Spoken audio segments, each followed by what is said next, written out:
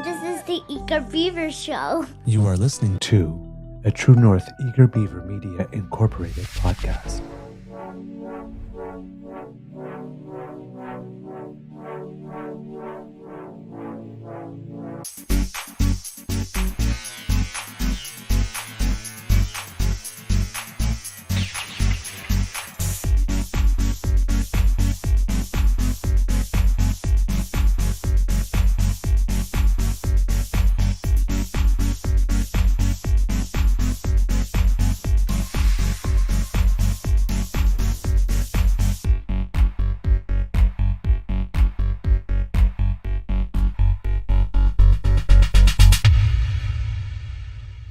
The True North Eager Beaver podcasts are proudly brought to you by our founding sponsors, the Misfit Mysteries from Corvid Moon Publishing, your source for science fiction, fantasy, and cozy mysteries featuring a broad diversity of characters, CanadianTarot.com, your uniquely Canadian online eclectic tarot community, and the Pepper Master, hot pepper sauces made from farm-fresh ingredients to thrill your taste buds and expand your mind.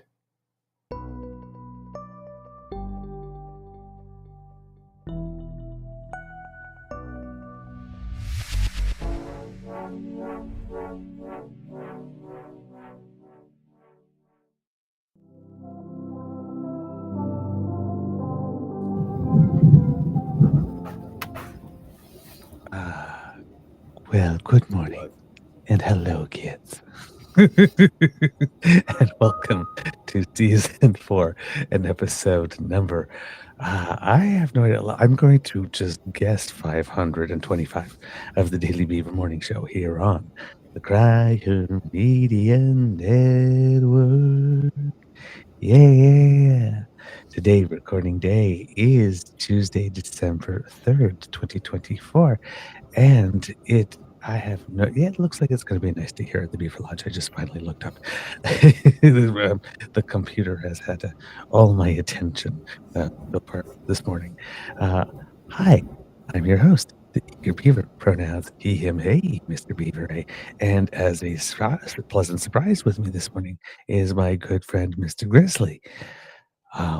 Big thank you goes to our podcast founding sponsors, the Pepper Master, the Misfit Mysteries from Corvid Moon Publishing, and CanadianTarot.com. Mr. Grizzly, how's your mental health today? Well, so far so good, considering I'm on a train to go to a meeting that's been canceled. So, oh no. Yeah, so the email came out last night around 5 o'clock. I didn't see it till this morning. Wouldn't have mattered anyway. There's no way I could cancel the trip and get any money back. Like, I'd be out the money. So I'm like, I was already on the train, and I checked my mail on my phone. It's like, oh, the meeting's canceled. I'm like, oh, well, we're already en route. Nothing I can do about it. And if I had got an email last night, there was still nothing I could do about it. So I was like, I might as well use it. I'll go to Montreal, do some window shopping. I'll meet with some clients, and maybe I can meet up with Vin. I got a few friends in Montreal, so I'm there till 6 p.m. So yeah, turn it into an opportunity. Bonus day off. Exactly. Mr. Grizzly's day off. Sort of, because you're still here. Yeah. Grizzly.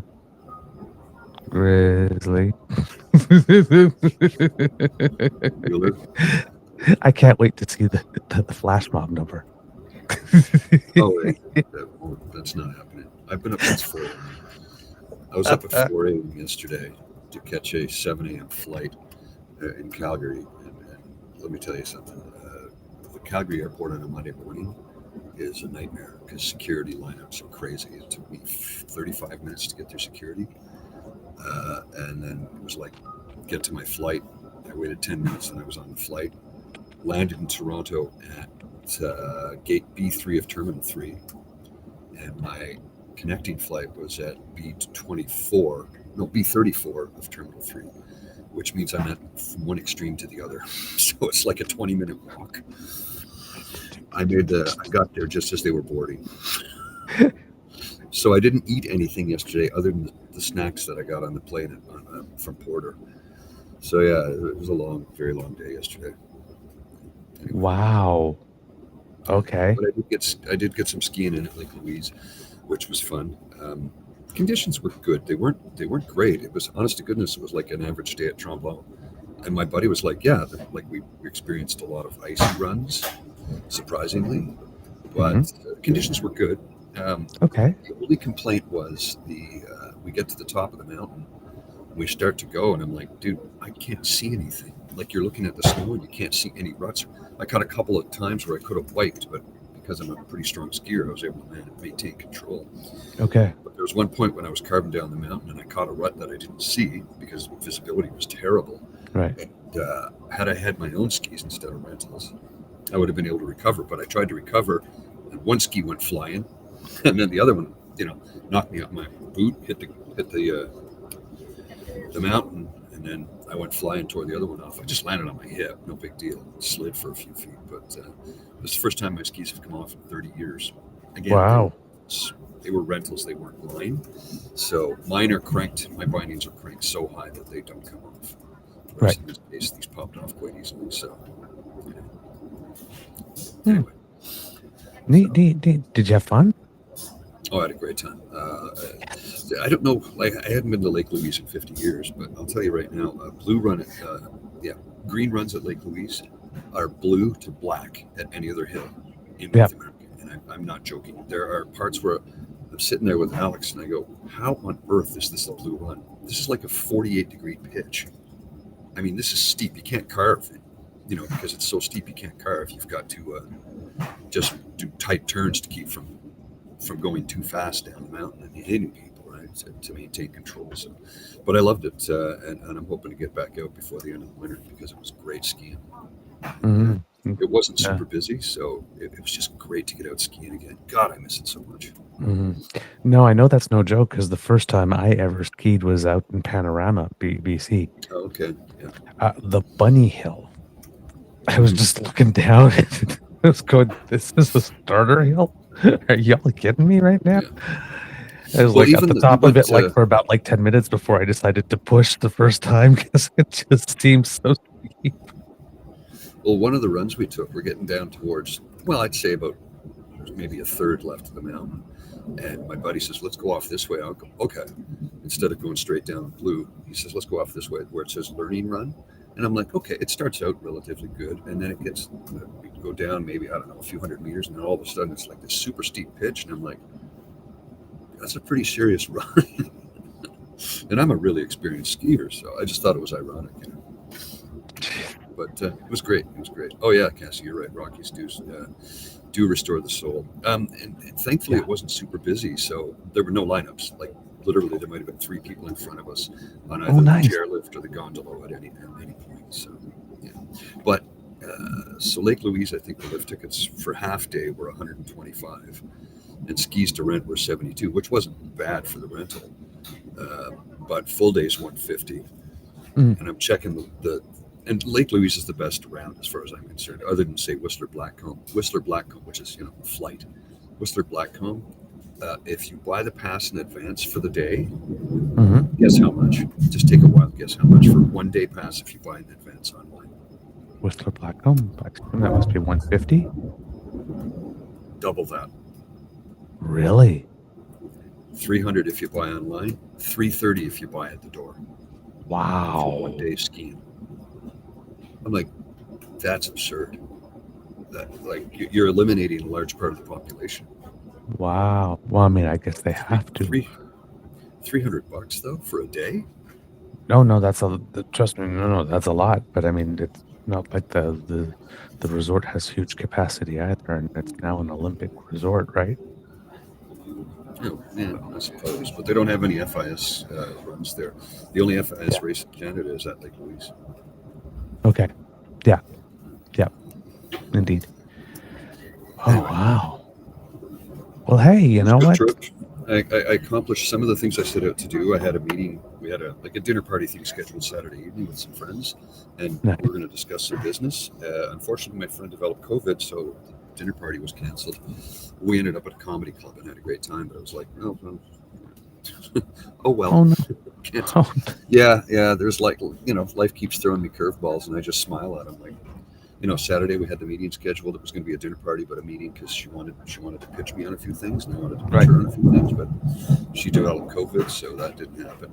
And then today's meeting, same thing. The guy had to cancel at the last minute, so it's like, oh well, what can I do, right? I was already on the train when I saw the email. Oh man, my friend. Yeah. Hey, I'll spend the day in Montreal. I will meet with a couple of colleagues though, so it won't be a complete write-off.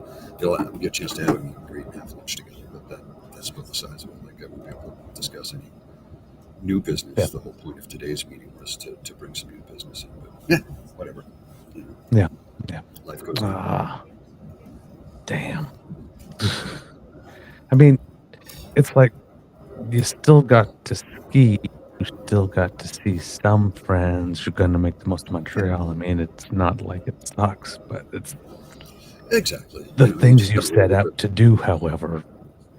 Yeah, it happens. Just got to Now, roll with the punches, man. yeah. Roll with Now, the punches. fortunately, you can still have meetings virtually or whatnot, but there is Yes. the face-to-face thing. That's Well, it was not just face to face; it was also to look at and demo some product. He was going to run us through Yeah. how things operate, and so that. yeah, indeed. Oh, well, I hope your friend feels better soon. Yeah, me too. I'm Yeah. going to check in with them later today. Right. By the way, how was the? These mics are supposed to do some noise cancellation. I don't know if you can hear the train. If it's loud, does anybody hear it? How is it? Like, is it too noisy? I mean, I'm not going to stay on long because the Via Rail's Wi-Fi can hit or miss it at some points. Yeah, I'm not. Maybe hearing a slight little rumbling. I don't have mine on up very loud, because I have headphones in my ears a lot. So, but right now I'm not hearing anything distracting, and I hear like just a little murmur of chatter behind you, but nothing that bad. So I think you're pretty isolated. I'm using Yeah. the corporation's mic. I was using the built-in mic, but now I'm using the headset mic, so it's going to be a little quieter. Okay. Yeah. You're starting not to come in as clearly. Oh, really? Yeah, garbled for a little bit. You might be okay now, though. Or it might be the Wi-Fi. Yeah. Indeed. All right. Oh, kids and cubs. It has been a weekend. A long weekend for us because we had two recorded shows, which having followed it in the chat with you in the mornings, because I like to do that when we have a pre-record, so that I still get my dose of damn fam. You guys seem to really enjoy, so thank you so much, and I will pass on the compliments to our guests. You are all very, very, very kind when we have our guests on, and are very positive and encouraging. So, and you always get engaged. So it's lovely to see. Particularly, I have to say biased. When it comes to Rajan, when it's people that are part of my life outside of the show as well, and for whom I have a particular affection. When you guys like them too, well, that gives me a particularly warm fuzzy. So thank you very much for all those kind words, and I will definitely pass on your compliments to our guests. And I'm glad you enjoyed the shows. That has actually been a good thing for us, because there has been a huge development in the whole Trump-Trudeau thing, or I should say Trudeau-Trump thing. And nobody actually saw it coming. So tongues have been wagging, and again, I think if you've been following this show for a while, my thoughts on the hot take. That there are certain things, if it's a well-established discipline, and things come out and somebody says something, and you can immediately say, well, if you do that, you can see that, you can have a hot take. But sometimes there are certain contexts and certain situations where a hot take is probably not the best thing, because the statistical probability that they will not age well are particularly high. Let's put it that way. So sometimes having an extra day or two before you come out and say something about stuff can be really helpful. So, Mr. Grizzly, thank you for being away at just the right time.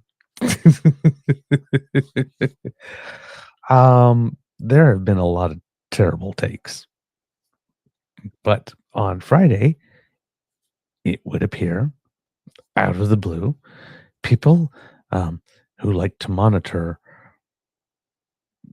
the Prime Minister's jet kind of noticed it was in the air. But there was no announcement anywhere that the Prime Minister was going anywhere. I think he was at an event earlier that afternoon doing stuff, prime ministerial stuff, and all of a sudden he was in the air. And it's like, well, where's he going? He's going south. Is he going to Florida? He's going to Florida. He's going to Mar-a-Lago. Everybody lost their minds. Now, normally, when you go to Mar-a-Lago, or you're going to the United States to meet the president, well, that's planned well in advance. Now, mind you, and this is one thing that a lot of people online keep on forgetting, is that Mr. Trump is president-elect. He is not actually president. Right now, he's technically the leader of the opposition. Right now. Right? Until sometime in January. So. And it's extraordinary to be, how do you put it, so openly dealing with the president-elect, because in the United States, they have this rule, I believe it is a law, that says there's only one president at the time, and that there are rules with engaging with the incoming administration while there is still president. There are certain things that you are allowed to talk about, but there are certain things you should not be talking about yet. And this is being completely blown out of the water, and this is all happening right out in the open, right? That particular law, not sure, can't remember what it's called, but it also just has no teeth, so nobody's ever actually really tried to enforce it, but apparently it is a law. So he's going down there, and he's there for dinner. Now, this is not just this is dinner on U.S. Thanksgiving weekend. And one of the things that we say on this show is that a leader of a nation or of a province or whatnot, but a leader's most valuable asset is their time. The Prime Minister got an evening, 2-3 hours, of the next president of the United States time, his ear. So on one side, you have all the get Trudeau, anti-Trudeau, Trudeau's weak, whatever faction going like, the Prime Minister has been dragging his heels. Like the Team Canada stuff started like 6-something months ago. Contingency planning 101 requires that you start planning in case of whomever of the two candidates win. Mr. Grizzly, I hear a woman speaking pretty loudly. There we go. So yeah, so you have that that situation. Sorry, I got thrown off there. I had a flow going and it got interrupted, and I don't actually remember where it is. I was particularly there. Oh yes, getting a world leader's time. So we have a situation where they're saying that Trudeau is dragging his heels, Trudeau is weak, Trudeau is all of this kind of stuff, right? You got that faction that really wants you to believe that. But as we mentioned on the show, the one thing that Canadian media does not seem to appreciate or put in the window as often is the fact that the Prime Minister of Canada is not just the Prime Minister of Canada. On the world scene, the Prime Minister of Canada is the dean of centrist and progressive countries. He is the most successful leader of a centrist or progressive democratic nation on the planet right now, and the longest serving, particularly among the G7 nations. On the world stage, and I know that Canada, it's like we tend to see ourselves as a little bit of a village when we're looking at ourselves on the world stage. But on the world stage, this guy, as Joe Biden says, is a BFD. It's kind of a big fucking deal. So Trump says he might be slapping on the tariffs, and within 90 minutes, the Prime Minister of Canada is on a phone call with him. And the President elect took the call. Then I'm not sure if that was discussed during that call or whatnot, but it appears, according to Dominic LeBlanc, the public safety minister, Trump is talking about the border, so kind of natural, he was there. So Dominic LeBlanc himself reports that there was a conversation at some point, so I do not know if it was the conversation on the first night, or there was another conversation that happened in between, but apparently the president-elect said, "Why don't you come over for dinner?" And our prime minister, seeing the opportunity to have a couple of hours, said, "Yeah, I'm going to make that happen." And Friday it was wheels up. And then it appears that they've had a great dinner. They talked about stuff that they needed to talk about. They discussed border security. They discussed tariffs. Dominic LeBlanc was at the table with the Chief of Staff, Katie Telford. The President-elect had his nominees for Secretary of Commerce and National Security Advisor at the table. A couple of other people there as well. And according to Mr. LeBlanc, it was a very cordial meeting. It was very warm. It was very friendly. The president-elect appeared to be having quite a good time. Is reported to have had an iPad at the table and was taking requests for what kind of music people would like to hear. So apparently in a good mood. Apparently walked them to their car at the end of the evening. Call me anytime. Talk soon. The Prime Minister is seen leaving Florida smiling. The President-elect, who, has in the past called our Prime Minister a far-right lunatic and two-faced and all that kind of stuff, usually when he needs to distract from something going on at home and change the channel a little bit. Well, posting all over his socials that he is a very special guest with him, also claiming that the meeting was very productive. So you could imagine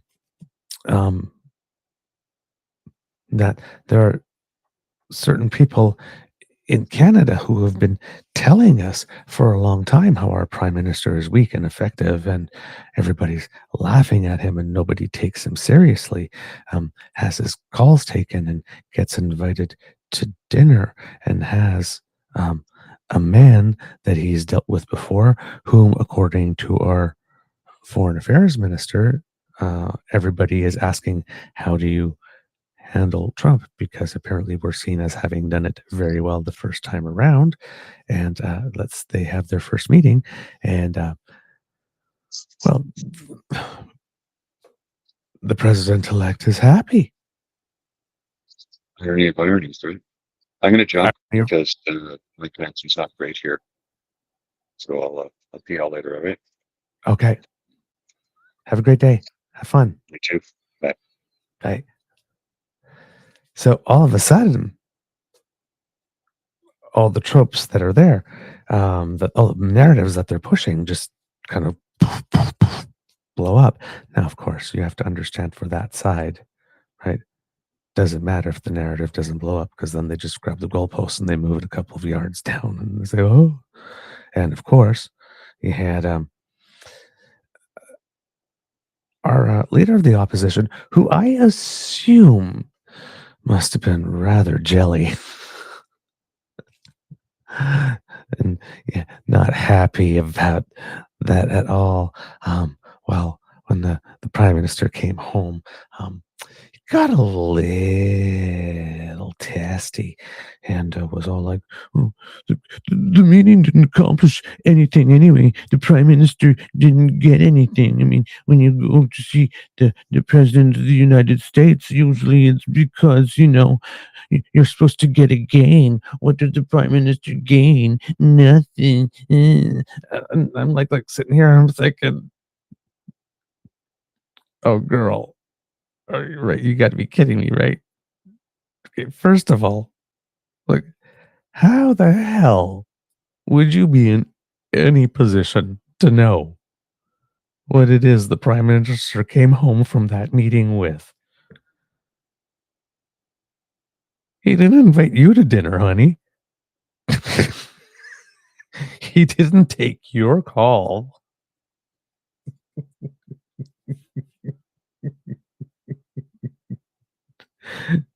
The prime minister's weak.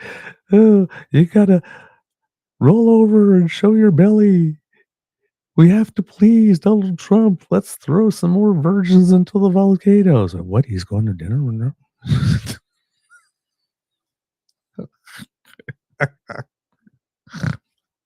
Oh my God. These people, I swear to God. So first of all, he's in no position to know. He wasn't invited. There was nobody from his team there. And it's not like the prime minister rushed back from Mar-a-Lago to breathlessly report back to BP about what it is he discussed with the president-elect. And even if the prime minister wanted to, it's not like BP has a security clearance. So, I mean, it's not like the prime minister could actually tell them.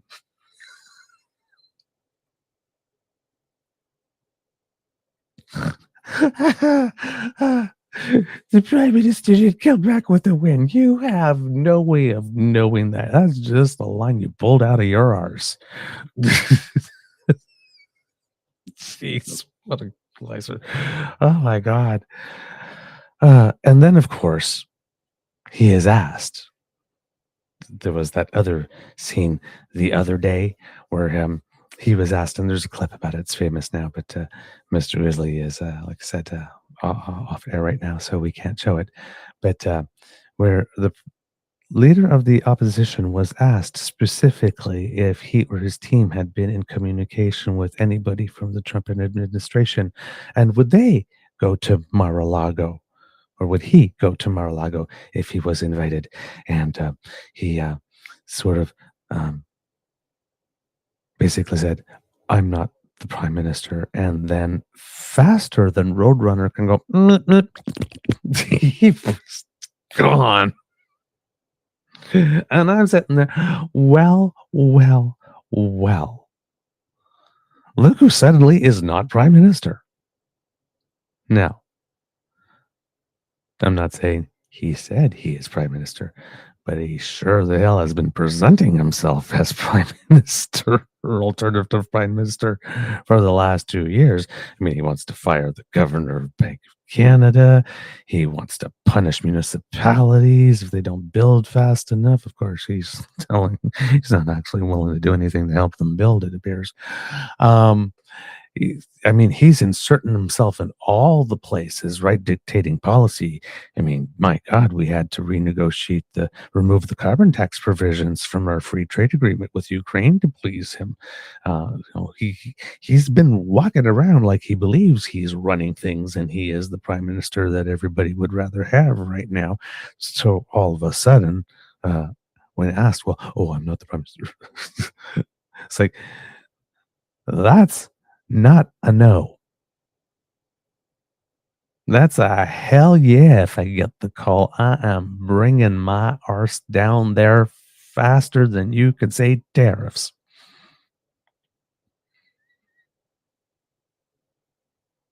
And that's why he ran away. He can't even be honest with Canadians about whether or not the team of the president-elect has been in touch with him or anyone on his team. And you got people going all over the internet saying, well, he's not prime minister yet. That would be okay. Or even like, that would be treason. It was like, no. Trump is president-elect. As I mentioned before, they're both technically leaders of the opposition. There's absolutely nothing that prevents two leaders of the opposition from having a phone conversation. Nothing. There's no laws, there's no rules, there's no constitutional thing. It's definitely not treason. That's a question he can answer. There is no reason for him to not be willing to answer that question other than the answer would not make him look good. Because the prime minister wasn't afraid to answer that question. Wheels up, let's go. But it's the prime minister who's weak. We are supposed to believe. Oh, God. I live for the awkward moment. I could, you know what? I can imagine ketchup hitting a wall at Stornoway.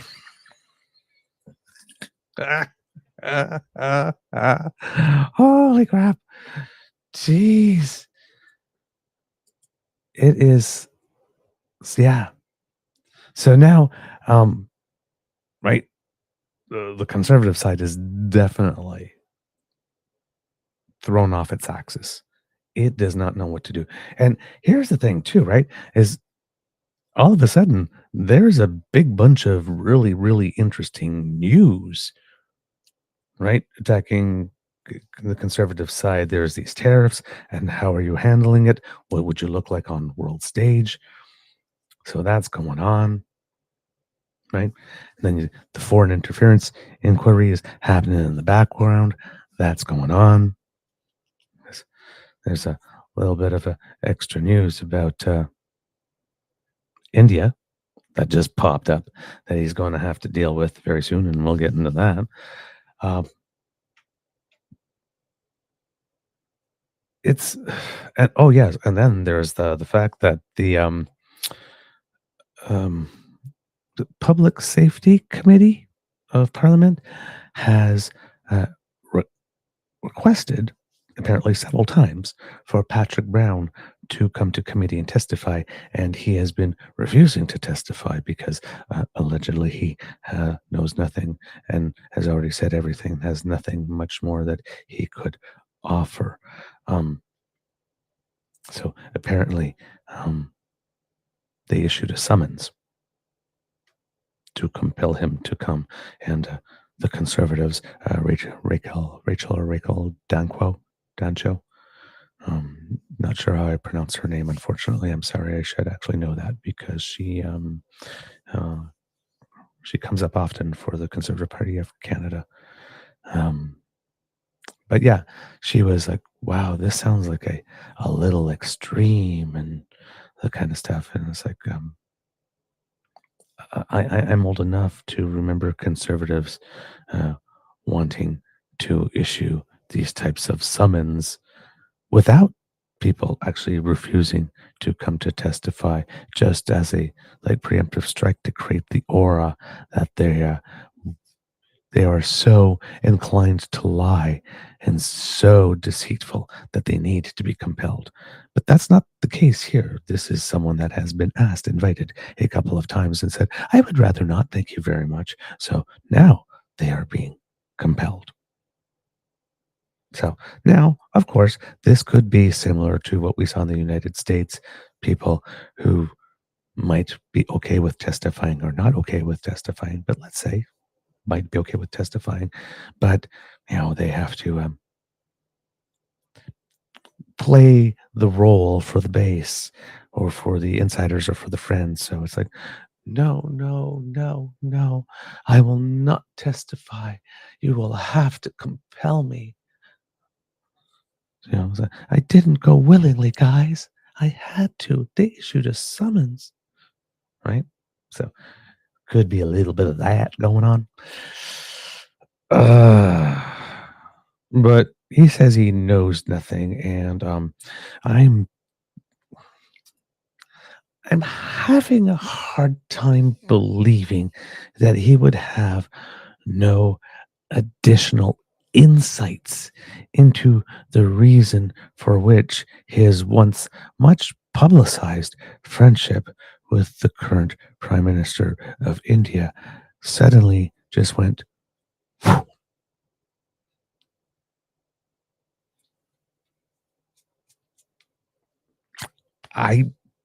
I would think that he might have an idea why. That would be a good place to start asking a few questions. So, all of this happened, and then, interestingly enough, a bit of news came out. It was a CBC article by Brigitte Bureau, who was on Power and Politics the other day, and I might do this tomorrow. Is show you the actual interview when Mr. Grizzly is back at the control board. But this article came out on December 2nd, 4 a.m. So this is a plot twist yesterday. Because, wondering, what could Patrick Brown bring? He has until the 10th, by the way, of December to report back to the committee to actually schedule a date for his appearance. But this article reads, agents of the Indian government allegedly attempted to derail Patrick Brown's campaign for the leadership of the Conservative Party in 2022, according to sources who spoke to Radio-Canada.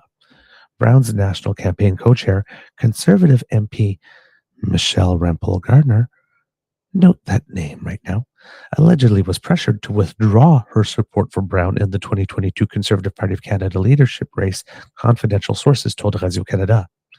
Rempel-Gardner categorically denies the allegation, and I do not know if you've seen it, but there is a piece of video where I guess a journalist is coming to ask her about that. It seems that she might have been having lunch, and she literally got up out of her seat. She popped out of her seat like she had been sitting in a toaster and was gone. I've never seen her move that fast. Both Pierre and Poilievre and Michelle Rempel appear to have been taking a few lessons from U.S. Senator Josh Hawley, because both of them were hauling ass real fast. And she was upset, allegedly, that the question was being asked during her lunch. I could, if that was indeed the case, I can understand that, because MPs are public figures, and can I at least eat and can I at least eat, pee, and poop in peace without a microphone up my nose? Thank you very much. That part I get. It's like I'm very accessible, but I'm still a human being. So I can get that. But also, it's a very unpopular with the person to whom it is being asked a question, asked of a rather popular person. And that is the job of journalism, right? So let's just put it this way. She and he did not strike me as people who were itching to answer those questions. So that's, again, my little thing. I found the spot on the body where if I press, the person goes, ow. So now grab that little finger and stick it in there. Go find out. what's going on. But let's just put it this way. If she says that if she categorically denies the allegation that she was pressured to withdraw her support for Brown in the 2022 Conservative Party of Canada leadership race, which I believe she did step aside from it at some point during there, and then ran that fast when asked about it, that's not a no. Like Pierre Poilievre saying, I'm not prime minister, then turning around and running away. That's not a no.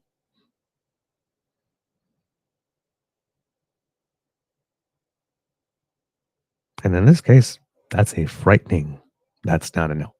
And considering certain events that have happened on Canadian territory and that were planned to happen on US territory, events for which in the United States indictments were issued. When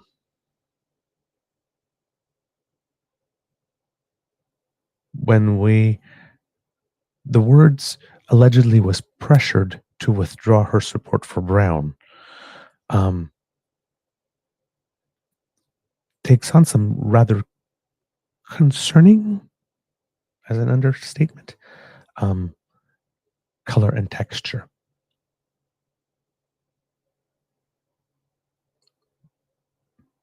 This stuff is should be sending a chill up and down our collective spines right now. The article continues. Radio-Canada has no evidence indicating that Pierre Poilievre, now the Conservative leader, was aware of the alleged actions of India's agents.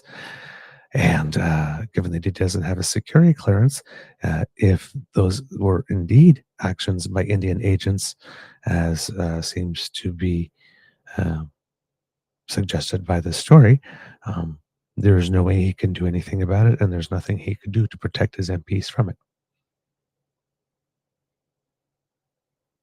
Especially the ones that are targets, because he can't know.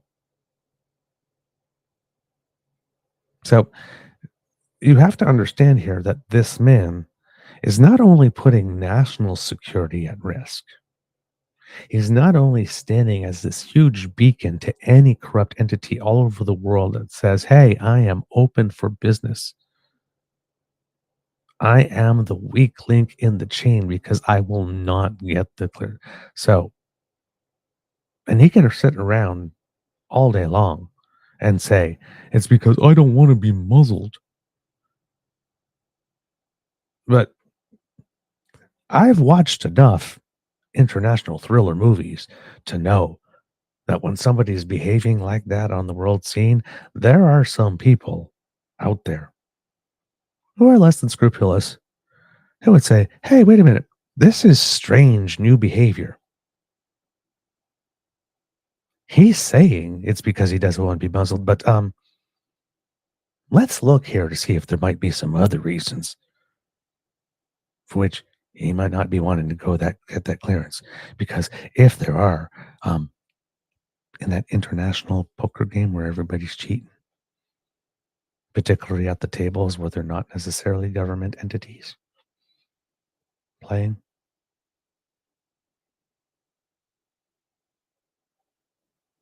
that's a good way to control someone, isn't it? I believe the Russian word for it is kompromat.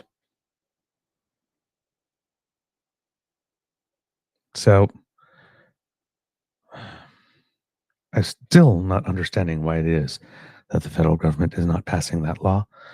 The only thing I can hope for, it's my political prayer, is that please tell me that the Liberals have a bill that makes it mandatory that all leaders of parties that are represented in the House of Commons must obtain their security clearance via the oversight method, and that the Prime Minister of Canada will no longer automatically get that level of security clearance without first being cleared via the oversight method.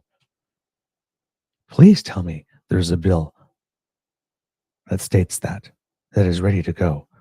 And the only reason the Liberals are not talking about it and haven't presented it yet is because they are waiting to see the report from Justice Marie-Josée Hug, the Foreign Inquiry Report, and they are waiting to see PB try to run away from it and or attack a couple of journalists along the way and or maybe disappear for a week or two until he hopes the narrative blows over. His usual tricks. And then they drop it. But we need to make this a law or else he's not going to do it. Unless the rumors are true that he is not going to be the leader of the Conservative Party of Canada going into the next election. Doug Ford is maneuvering his way in. The article continues. Radio-Canada spoke separately with 5 people who were closely involved in Brown's leadership campaign.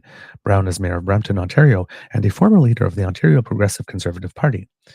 The sources provided specific examples of what they said was pressure exerted by Indian consular agents in Canada to harm Brown's candidacy.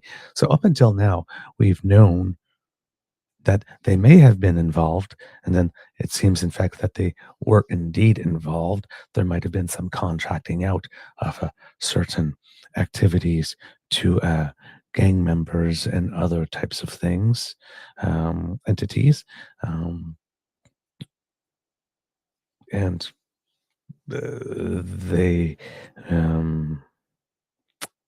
there have been trails of evidence as a result of that. But when it comes to pressure on elected officials, it's always been this sort of they were involved, they favored, but how? Right? How did that manifest itself in real life? Okay, pressure exerted upon one of the co-chairs of the candidate that they wanted to bow out for her to abandon the campaign, thus hobbling the candidate. As well, sources said campaign workers were told by representatives of the government of India to stop supporting Brown, not to sell membership cards for him, and not to invite him to certain events. Radio-Canada granted the sources confidentiality because they say they fear for their safety. The RCMP announced in October they have evidence that agents of the Indian government were involved in serious criminal activity in Canada, including murders and extortion. Brown has been summoned to appear before the House of Commons Standing Committee on Public Safety and National Security, looking into the, quote, electoral interference and criminal activities in Canada by agents of the Government of India. Allegations of interference in the Conservative Party of Canada race involving a Conservative member of Parliament were first reported on last year by the Baz News organization, a media outlet for the Sikh community in Canada. Quote, at least one member of Parliament was visited by representatives of an Indian consulate in Canada who urged the MP to pull their support for Patrick Brown during the 2022 Conservative Party of Canada leadership race, the outlet reported in December 2023. The report did not identify the MP. And then it says here, according to Radio-Canada sources, the Conservative MP in question is Michelle Rempel-Garner of Calgary Nose Hill. Quote, Indian consulate representatives had approached Michelle, strongly suggesting that it was not in her best interest to continue working alongside Patrick, said a highly placed source in Brown's campaign. The MP shared this information with several other members of the team, sources said. Quote, it was a topic of discussion in one of our campaign conference calls with her about it, said one source. These Indian diplomats approached her and told her, quote, or paraphrase in this case, you need to retract your support for Patrick, said another person who took part in the campaign conference call. Sometime later on June 16, 2022, in the middle of the leadership race, Rempel-Garner quit her position as co-chair of Brown's campaign. She said she was seriously considering a bid to replace Jason Kenney as leader of the Alberta United Conservative Party. She publicly abandoned that idea a week later, citing concerns about the, quote, present internal UCP caucus dynamic. She did not return to her position in Brown's campaign. Brown declined Radio-Canada's request for an interview. Rempel-Garner sent a written statement, quote, I left Mr. Brown's campaign completely of my own volition, she said in that statement. Because, yes, that's what you would expect someone who is pressured to leave to say, but okay, I'm not sure that means anything. Quote, in no instance was I coerced in any manner by anyone at any time. I'm an experienced parliamentarian, seasoned communicator, and Forbit cabinet minister who has proven more than capable of developing senior grade positions entirely based on my own read of a situation. And none of that has any bearing on the fact that if somebody wants to attempt to coerce you, that they will try. That does not make you immune. Quote, to suggest that I'm not is ridiculous. It's not a suggestion that you are not proven or capable, that someone decided that you were going to be their target for coercion. The only thing that says about you is that you were considered valuable as a target. It's not a criticism of your competency. She added that she has always worked to prevent discord among diaspora groups. Quote, preventing that division is why I've always taken into account the perspectives of many different Canadian interest groups and stakeholders before addressing issues that pertain to diaspora communities. Again, very nice. Has nothing to do with whether or not you were actually coerced.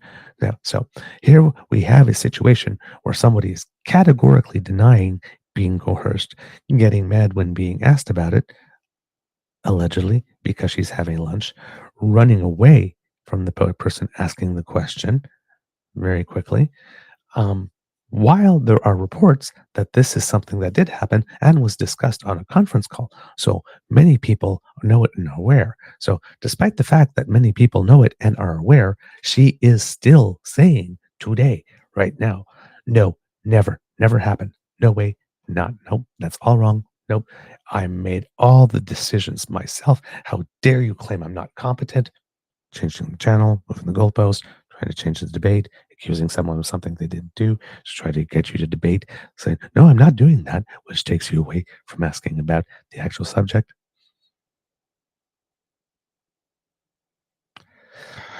I don't know, man. This does not seem to me behavior that is consistent, particularly layered like this with someone who was not coerced.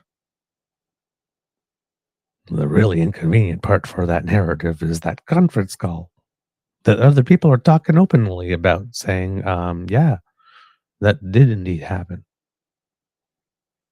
Well, talking openly. Not, I guess they're not giving their names yet. But they are willing to talk on record. In response to Radio-Canada's questions, Poilievre's official said it has no knowledge of any attempts by Indian government representatives to undermine Brown's campaign.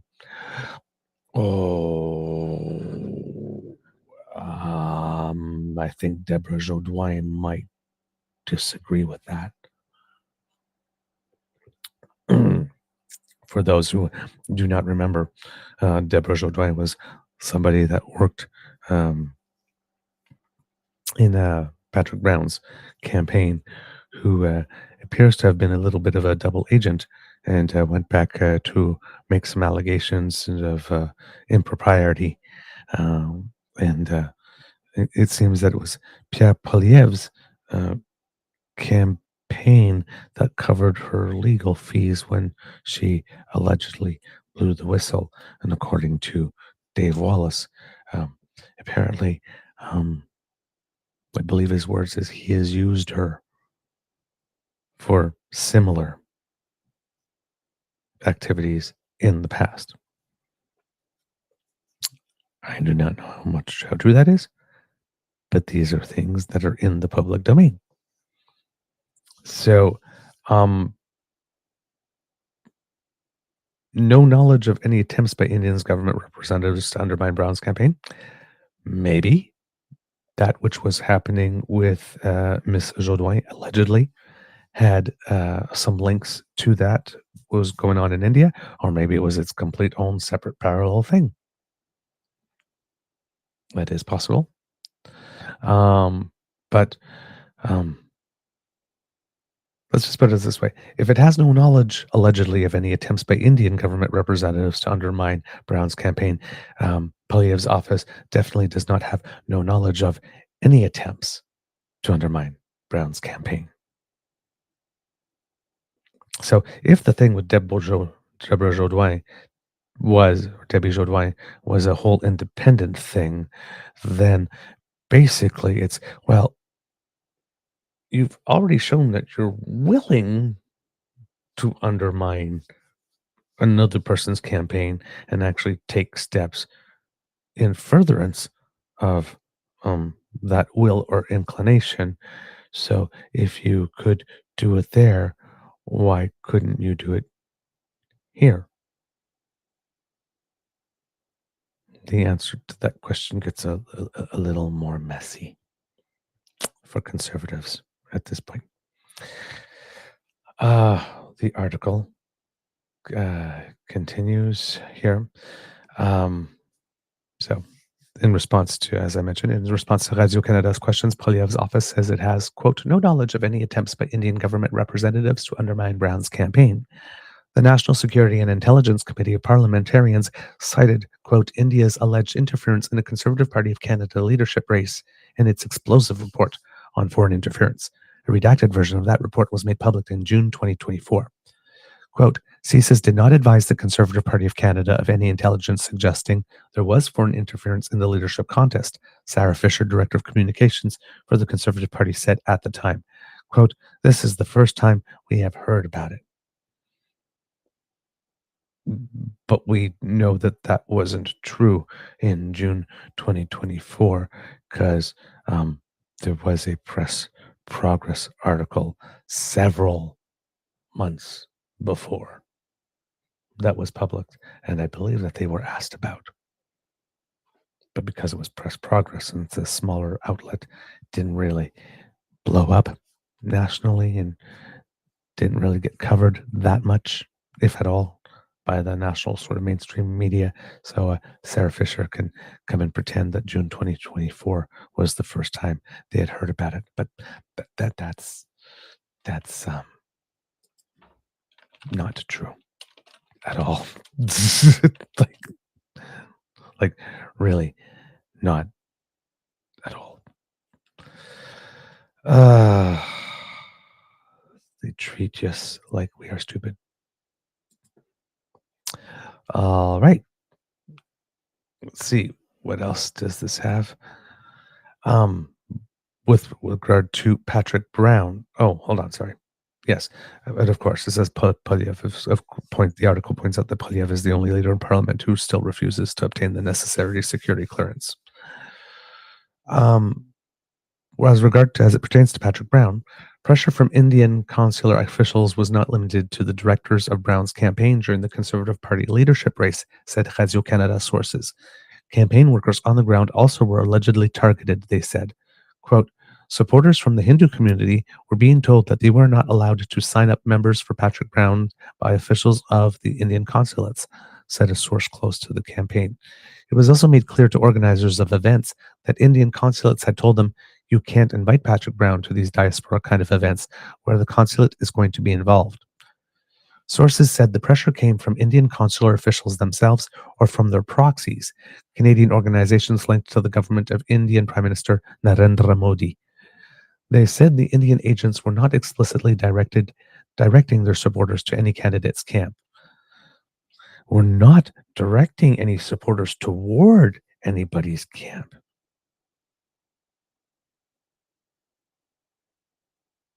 Okay. How about pulling people away from somebody's camp? Whenever you look at those statements, that's why the wording is very important. They're not telling anybody who to vote for. They're not telling them who to support. We're not telling anybody who to support. But you're allegedly telling people who to pull their support from. You're denying doing something of which you are not accused. That's also a tell.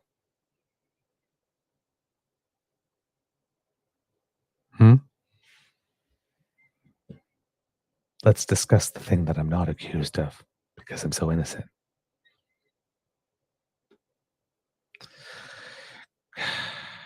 Crafty.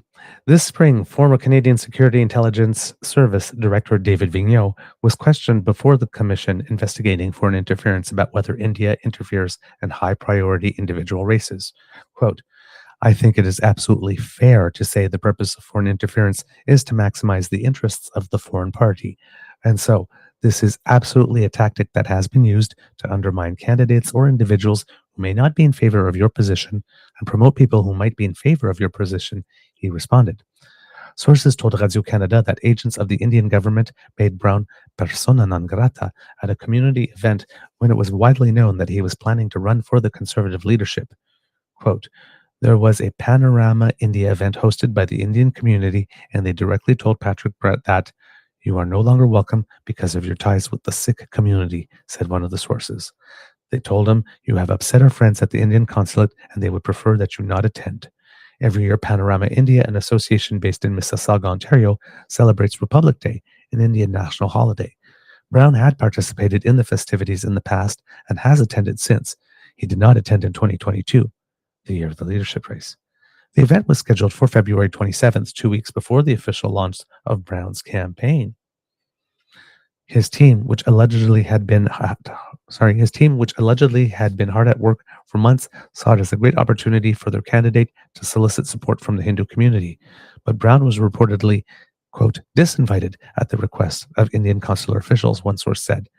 As mayor of Brampton, the Canadian city with the largest Sikh population, Brown had developed close ties with the Sikh community, members of his campaign said. And since the Sikhs, particularly those who would like an independent Khalistan, are considered terrorists by the Modi government,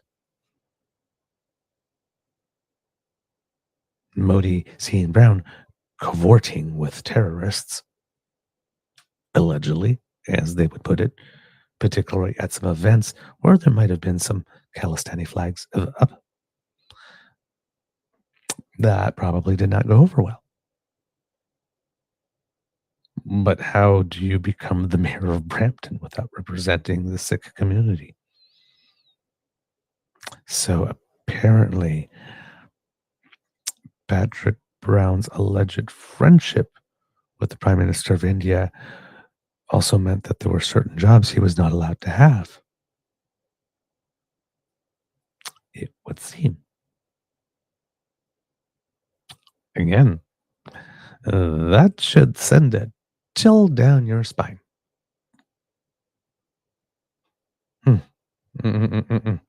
Brown had posted messages on Twitter in support of farmers during the massive demonstrations in India against the Modi government's agricultural reform. Many of these farmers came from Punjab, a Sikh-majority state. Well, that certainly would not help. When one of the movement's supporters, actor and activist Deep Sidhu, died in a car accident in India, Brown participated in a vigil organized by the Sikh community outside Brampton City Hall and posted a photo of the event on his Twitter account in February 2022. Indian media reported at the time that the Modi government had, quote, serious concerns about Brown's attendance at the vigil and made them known to the federal government. Panorama India's chairperson at the time did not respond to Radio-Canada's request for comment. The current chairperson said she was shocked by the allegations and insisted the organization is not political. On its website, Panorama India says it's a not-for-profit umbrella organization for various Indian cultural associations. It was established with the support from the Consulate General of India in Toronto, and the Indian consul is the honorary patron of Panorama India, according to the organization's website. The High Commission of India in Ottawa and the Indian Consulate General in Toronto and Vancouver did not respond to requests for comment. So, and in here, there is an image of a tweet of Patrick Brown at an event on February 20th, 2022, where it says, spoke at the hashtag Deep Sidhu vigil outside of, quote, Brampton City Hall, along with Harkirat Singh, I'm going to guess. My condolences to his family, friends, and supporters. Many Sikhs around the world have recognized Deep Sidhu as a hero for his courage and relentless advocacy during the hashtag farmers protest. So clearly, that probably did not go over very well in India. Prime Minister Modi's government fiercely opposes the creation of an independent Sikh state, which it describes as a threat to national security. That issue is at the heart of the current tensions between Canada and India. So here's the thing. Patrick Brown says he knows nothing. He was very close friends. He is no longer close friends because in the process of wanting to become the mayor of Brampton, the city in Canada with the largest Sikh diaspora, he has been seen doing things that mayors do, going to events, having a good time, glad handing, listening to the concerns, trying to find ways to alleviate those concerns or respond to them. That this is not acceptable behavior. And it happens to be the same community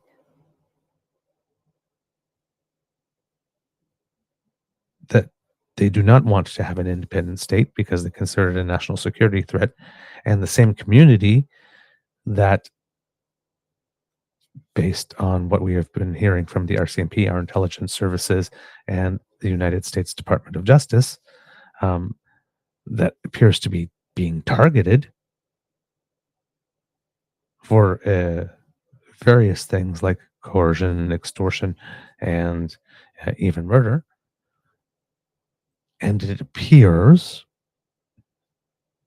based on these same law enforcement intelligence bodies, that the government of India is at least in some way playing a coordinating role in these events taking place.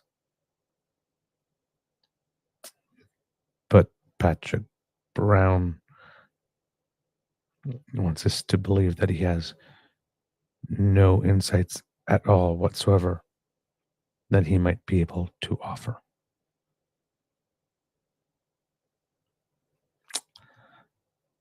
I'm finding that very hard to believe. So perhaps summons and under oath, and particularly if those on the 7, because the vote was 7-4, the 7 on the Public Safety Committee who did vote to bring him in and issue that summons, don't ask the 5-minute long rambling grandstanding question, but ask some questions a little more Tom Mulcair prosecutorial style, very precise and pointed, because it seems that we have a somewhat recalcitrant witness and might not be inclined to talk. If that which is alleged about Michelle Rempel here in this article about pressure and coercion, there's no reason to suspect that that could not be true of Mr. Brown as well. We don't know, but this is speculation, of course. But if we are in eyes wide open mode, considering past events and again things for which are in the public domain, for which there is supporting and corroborative evidence by the RCMP and the Department of Justice, we cannot eliminate that as a possibility. We certainly can't naively think, oh no, that would never happen, or that's completely off the menu. We don't need to consider that. It's possible.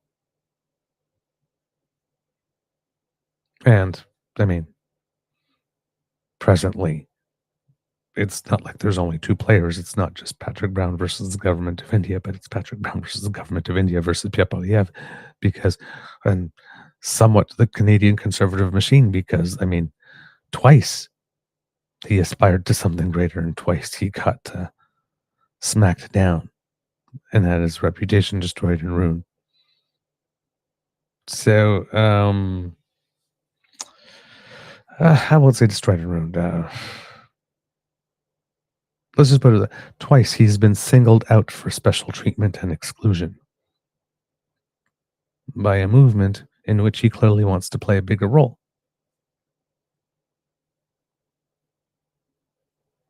So, yeah. According to the article, Brown and Modi actually used to be friends. The relationship between the two men developed in the early 2000s when Modi was chief minister of the state of Gujarat. At the time, Brown was a federal backbencher in Stephen Harper's government and president of the Canada-India Parliamentary Association. In his autobiography, Brown talks about his numerous trips to India and the royal treatment he received through his connection with Modi. He even describes the Indian politician as, quote, one of my inspirations in politics, citing his economic achievements. But Brown has since expressed concerns about the religious nationalist character of the Modi government.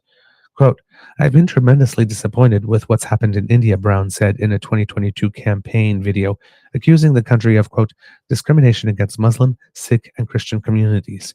In his message, he invited diaspora members to join the Conservative Party of Canada so they could vote for him, but Brown never did finish the race. In July 2022, he was disqualified by Conservative Party authorities following allegations of, quote, serious wrongdoing linked to election financing. At the time, Brown accused the party establishment of, quote, wanting to make sure Poilievre did not lose.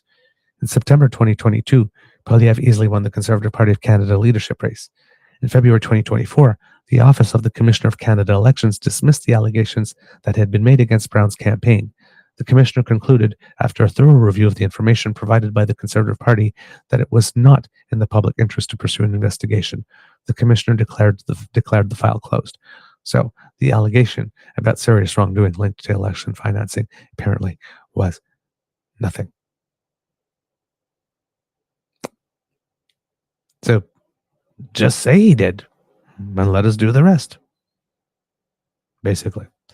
In response to Radio Canada's questions, the Conservative Party of Canada said it was not then nor today aware of Indian foreign interference meant to compromise Brown's campaign.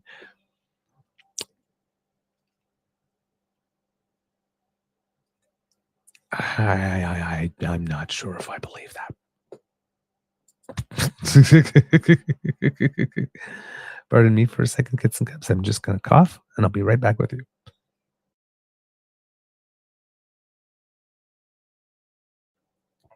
Thank you so much for your indulgence there. So yeah, really, like I said, there's been a lot going on. And you saw how all the stories sort of weaved into one another. Kind of interesting. So there are links here.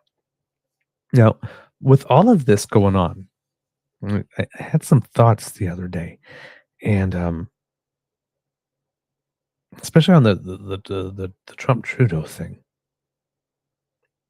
and it strikes me, and this goes along with the whole rumor and the whole undercurrent there that Pierre Poilievre won't make it to the campaign, and that Doug Ford's trying to replace him. I don't know if you've noticed, but they're talking about these ad campaign that Doug Ford bought for the United States, Ontario, sort of your trusted ally and all that kind of stuff that he's showing. Apparently, it's a pretty big ad buy, even NFL Monday Night Football in certain selected markets.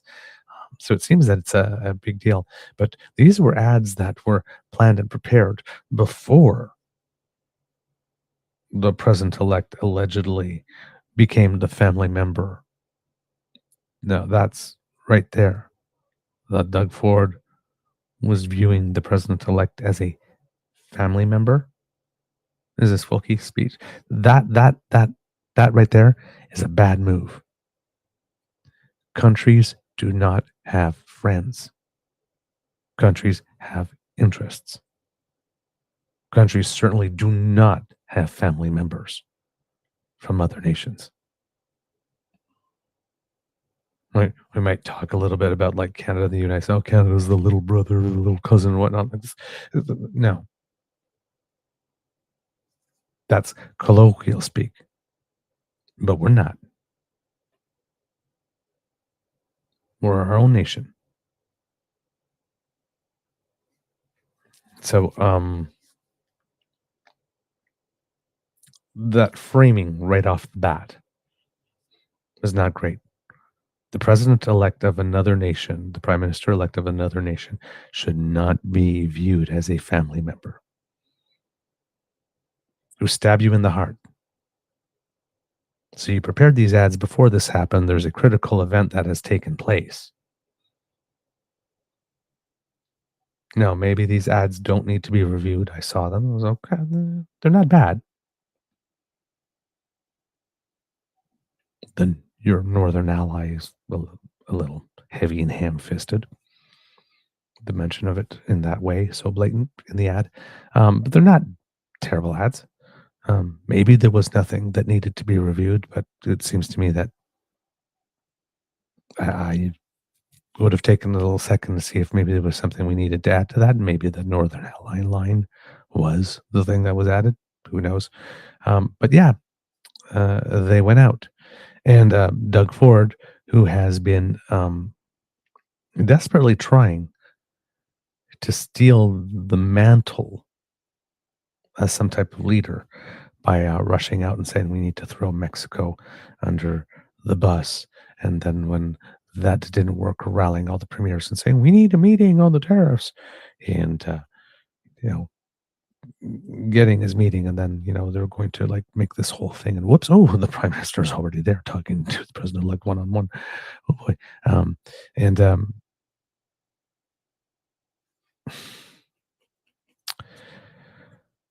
now he is moving because this territory he's tried it like 2-3 times and it hasn't worked out for him. So now he's moving to safer ground. Say like this, all the premiers agree that the prime minister needs to meet the 2% of NATO. Like, no shit, Sherlock. One, but number two, this is not your lane.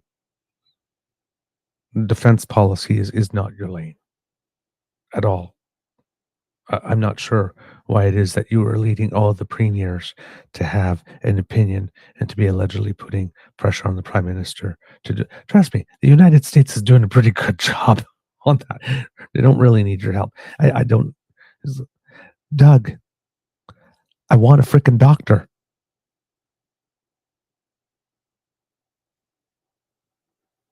You're trying to be mayor of Ontario. Then somehow in the last month you got it in your mind that you should be presenting yourself as Prime Minister of Canada. What we need to do here is we need a plan. It's like, yeah, really, yeah, thank you. Sit down now, please. Now you're trying to be the chief of defense and the defense minister. Every freaking job but the one you got. I want a doctor, Doug. Many people would like a doctor.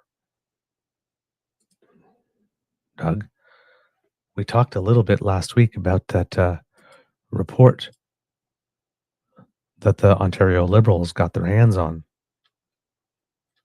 that they released. There was some pretty interesting information in that one. Greater than 2,000 doctors serving about 3 million people in Ontario are on the verge of retirement. Greater than 200 Ontario communities do not have a single family doctor living in them. There are only 444 municipalities in the entire province. It's not clear whether or not communities is the same thing as municipalities, so it's not sure of whether or not this is saying there's out of 440 municipalities, 200 don't have a single family doctor. It's not sure if those things relate one-on-one, one-to-one, I should say. And greater than 4 million people in Ontario are not rostered to their own family doctor. 4 million people are not rostered to a family doctor. And this guy is bellying up to a mic and a camera saying, Justin Trudeau, you need to reach the 2% of NATO. And defense policy is nowhere in the provincial lane of competency. Why is Doug Ford repeatedly trying to place himself in the eyes of the nation as being the guy that says, okay, guys, we need a plan, and here it is?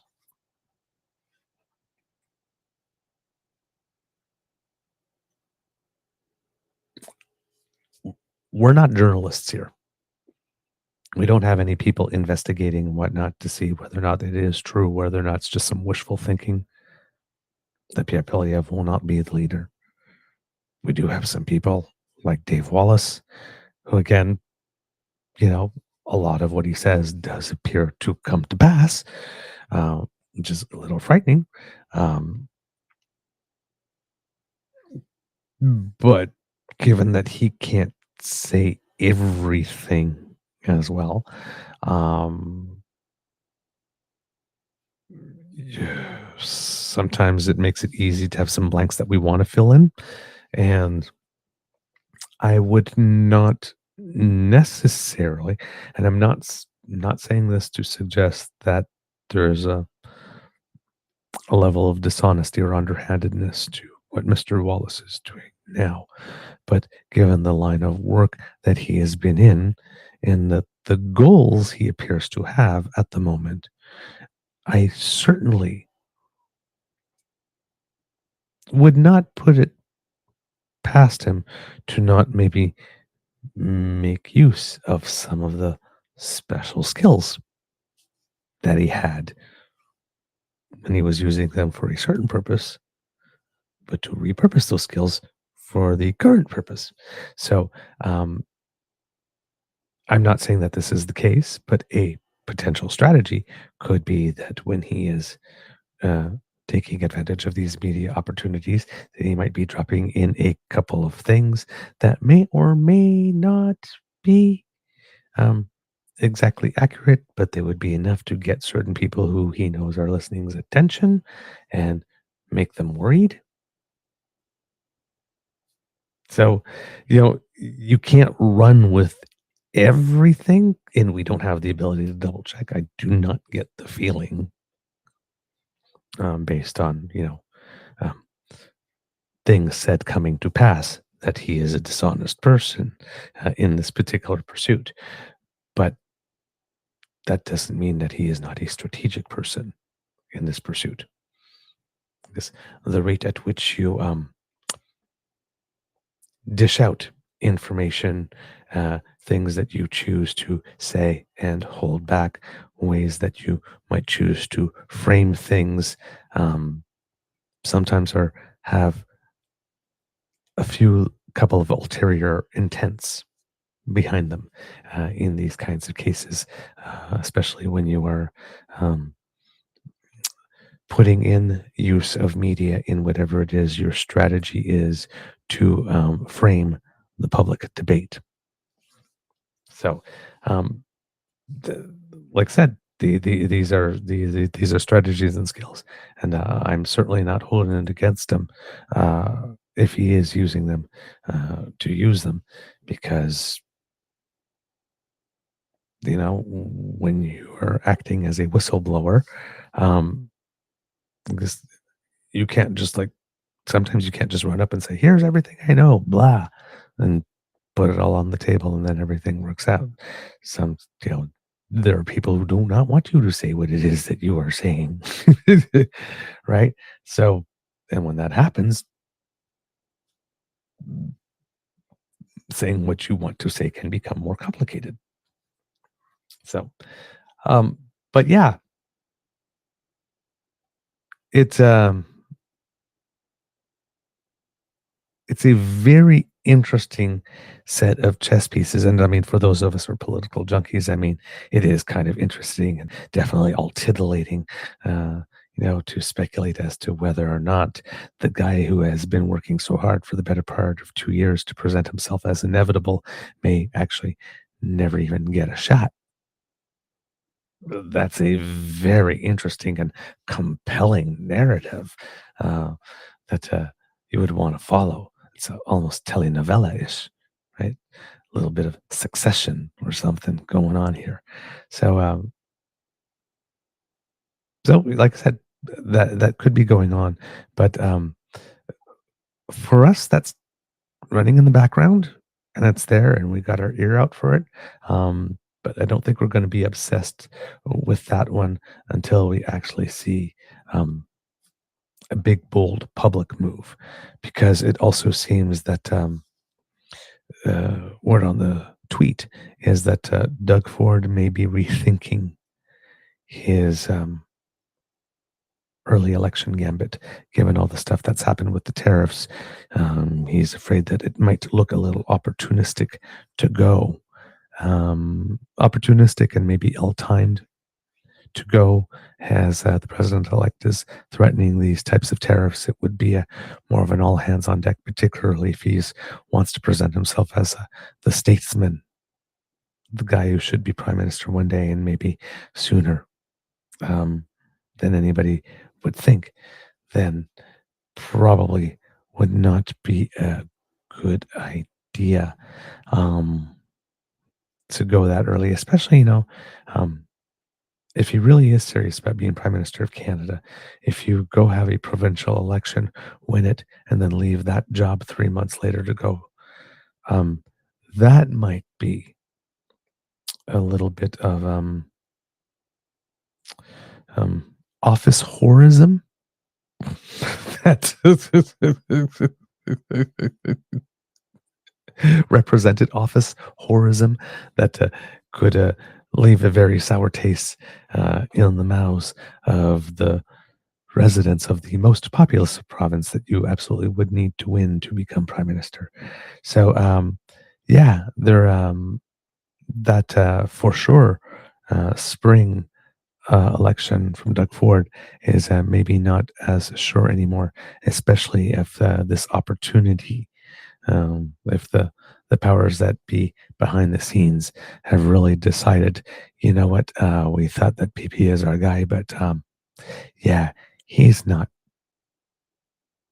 because he just doesn't have the stuff. I mean, even if he gets elected, it's going to be a nightmare and we won't be able to get anything done. We needed to replace it by a guy who has already shown he can get it done. So, yeah, it's a very interesting and intriguing narrative. I will put it like this: lots of fun.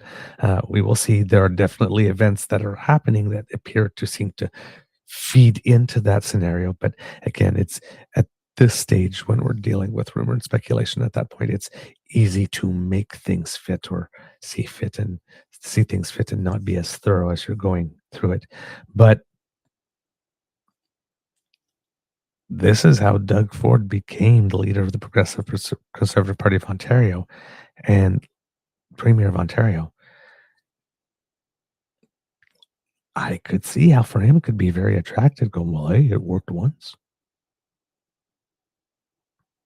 So keep your ear to the ground. This one is, like I said, might just be rumor, but there is enough there. And there's enough corroborating activity that does fit, that you don't have to make fit too hard to say that, that is a distinct possibility. I do not know if it's a plan, but it is a strategic option that is out there if somebody wanted to seize it and make a go of it. It definitely is there. So we'll see if that happens. Now, when we're talking about interesting narratives, this is where I was going originally when I was talking about Trudeau Trump, but I got a little sidetracked by Doug Ford, is that a lot of people, if we're talking about Pierre Poilievre getting a lot of international help, or so it seemed to be the case, to be the next Prime Minister of Canada. The one thing about Donald Trump is his unpredictability. He likes to destabilize. So even though there may be a plan, if he's got another plan, all the other people that have a plan know that it's very hard to control Donald Trump, especially once he's got something on his mind, right? I mean, during that runoff for the Georgia election, they kept on telling them, please tell people not to vote by mail. We actually need those votes these times. Please don't tell people not to vote because you're still pissed off about the vote count in Georgia and Governor Kemp not finding those votes for you. That won't help us, but he did it anyway. Right? So they always have that fear. Will Trump go along with the plan? It struck me that one of the things with Trump is that he loves the direct from central casting thing. He loves things that look good on TV. I mean, that's why he picks so many people from TV, right? Celebrities for his cabinet, for a whole bunch of different things. And I'm sitting there and I'm thinking, well, what makes for much more compelling TV? Trump versus the Prime Minister of Canada, as we mentioned, dean of the entire global centrist and progressive democracies movement, the most successful one, the AKA head of the snake, sort of global get Justin movement, as they refer to him, who happens to be good looking and dashing and debonair. So in this telenovela that's going on, you got Donald Trump. Round 2 against the guy with the good hair.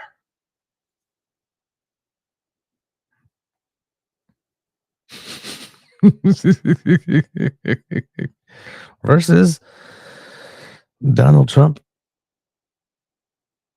against another dull, boring, performative blue suit who is trying to become big, doing the same act that Donald Trump has already got down. And there's only room for one star in his sky anyway.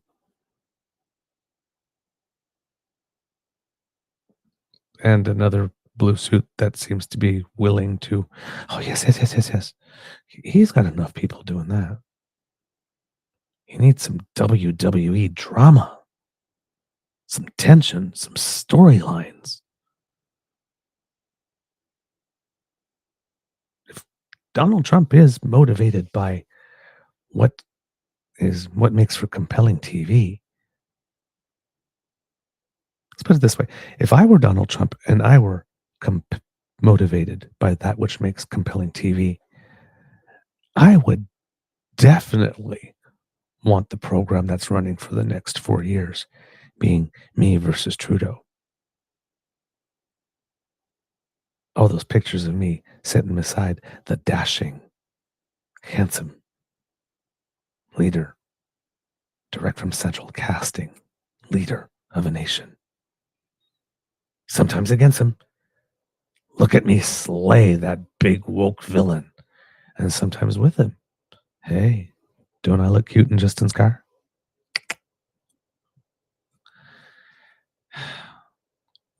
Justin Trudeau has coattails, too. He's a celebrity. Trump really loves celebrities. Seems to me, if I was Donald Trump, I would much rather be co-starring in President 2, the sequel. More executive orders. Justin Trudeau and Pyapayev.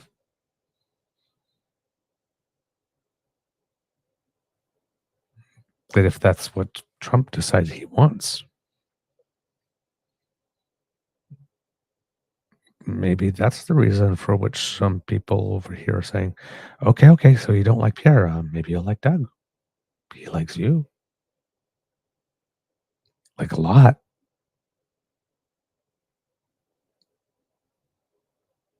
Again, just speculation.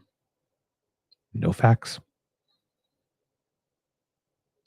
Just events that are out there and then putting them in the grid and filling in the blanks with other things. And maybe we won't know until it happens, if it happens. But it certainly has gotten tongues wagging.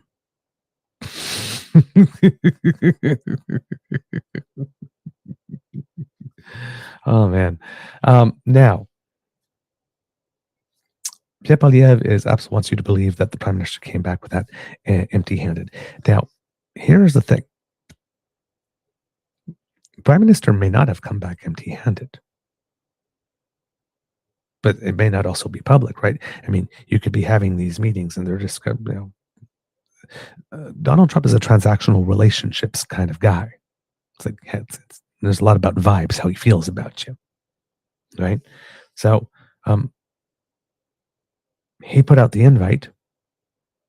Prime Minister said, "Yep, I'm going. Let's make this happen." I'm sure that made Trump feel good about himself, especially since Trudeau is, like I said, on the world scene, a big deal.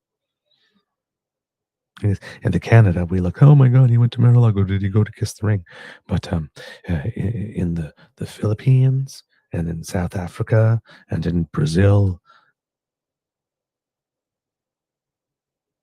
Belgium, South Korea, whatnot, this is that photo of them sitting side by side is a big, big, big international event. It's the first leader of a G7 country to have had dinner with them since becoming president-elect. It's big. First leader of an OECD country, first leader of a G20 country. It's a big deal.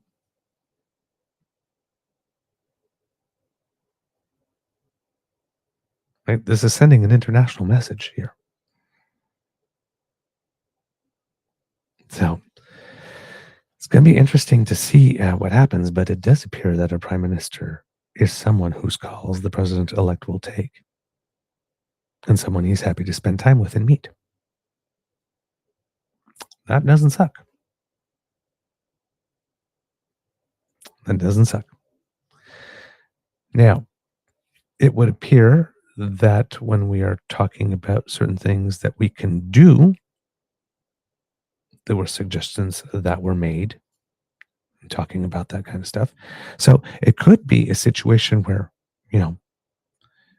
they're talking and saying, okay, now when you say, the border and stop fentanyl, if we did this type of stuff, and this type of stuff, would that be okay with you? Would that be enough? And they're going, yeah, that's okay. Well, if those things that are being done are things that we need to do anyway, and we're just doing them faster or reprioritizing and doing them first, why the hell not? Right? I mean, we are going to have to shore up our border, our side of the border, because we might have a migration issue that's happening. Right? So it's not like we don't have to do some stuff to increase monitoring and surveillance at our border. So there have been promises. For example, the RCMP has mentioned that they are looking at things such as redeploying, looking at all the resources that are sort of out there and redeploying towards the border, maybe an increase of 25% on resources. Right now, of course, that means if they divert those resources, there'll be things that they were doing before in other regions that they might not be doing. We might have to put more money in policing to make sure that they can do both. But that's something that they were looking at.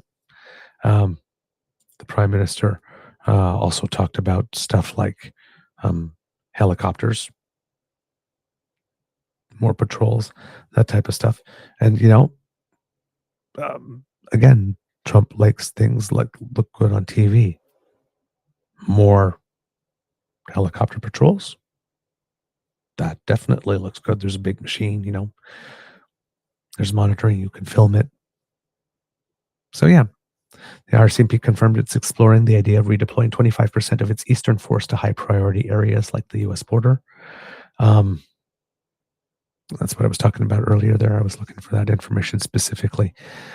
So all these things can happen. Now, meanwhile, and then of course, there's also the Minister of Defense, Bill Blair, who said that, what is it that he said here? He said that Canada-U.S. border is the longest undefended border, and it's going to stay that way. But now that President-elect Donald Trump is demanding a tougher police presence, there are capabilities that the Canadian Armed Forces can provide in assistance. For example, surveillance, UAVs, and drones. So in assistance to police, not the Canadian Armed Forces doing that, because armed forces do not do policing, but might be able to lend out the equipment or train people, that type of stuff.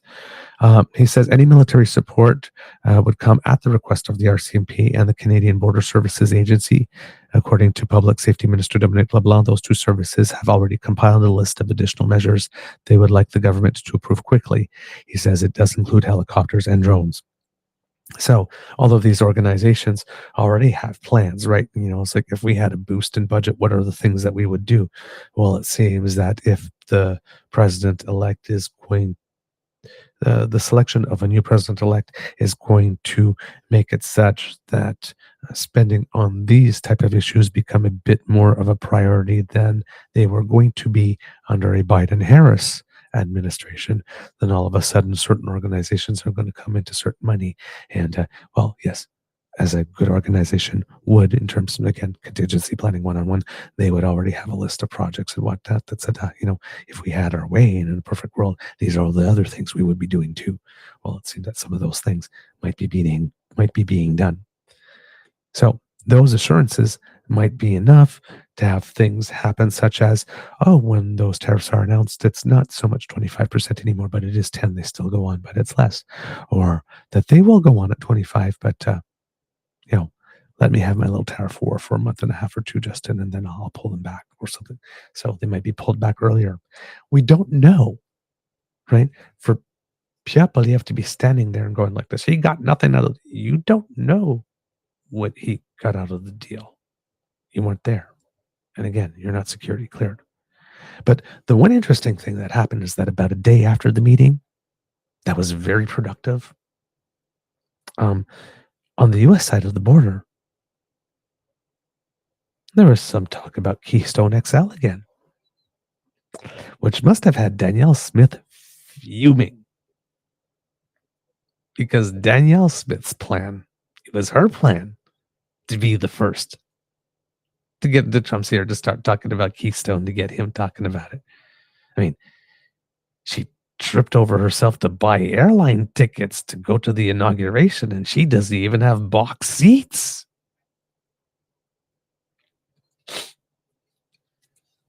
Petty is my favorite color. He doesn't even know she's gonna be there. He probably doesn't even know she exists. But he won, and it's like, hey, Alberta, I'm buying plane tickets. I'm gonna go to the inauguration. And what? On the day of the inauguration, with everybody there, everybody celebrated. It was like, you're gonna like weasel your way in to get a 15-minute pull aside with the president-elect to discuss pipelines and oil, and you're going to make a deal. She's just wasting money. She's just wasting your money. She's going on a trip. Maybe she'll be able to have a meeting with a governor or two, if they aren't already busy with the inauguration, that is, and have their social calendar completely booked up. But yeah, Danielle Smith her plan was definitely to be, the first in line. Hey, Donald, I'm coming to your inauguration. Notice me, notice me, notice me.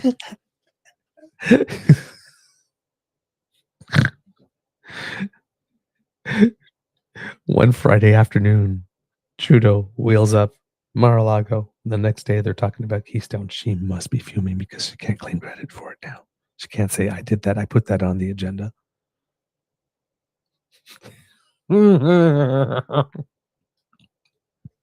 Oh, man. Oh, God, the Prime Minister keeps on blowing up their game. They must be swearing. Swearing in their bathtubs. So, yeah.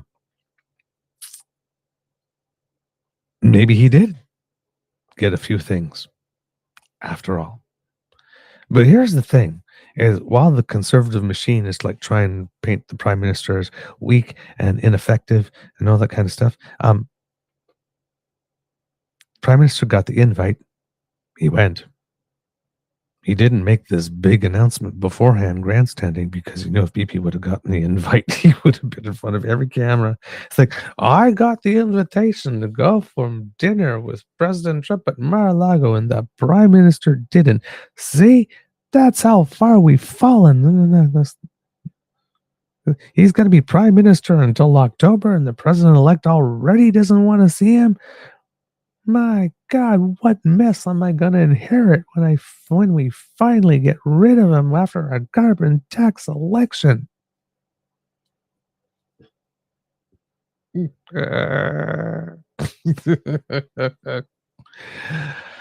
Oh, man.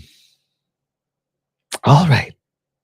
We've got a couple more minutes, so let's see if I've got a couple of other things that may not have to do with all the great drama.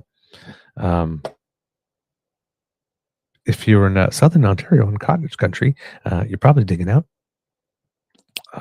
It seems that more than a meter of snow fell in some parts of southern Ontario, as much as 140 centimeters in certain places, like Gravenhurst maybe, and Bruceburge got over 120 centimeters. So, yeah, if you're still digging out from that, we'll definitely send you some love and some courage there.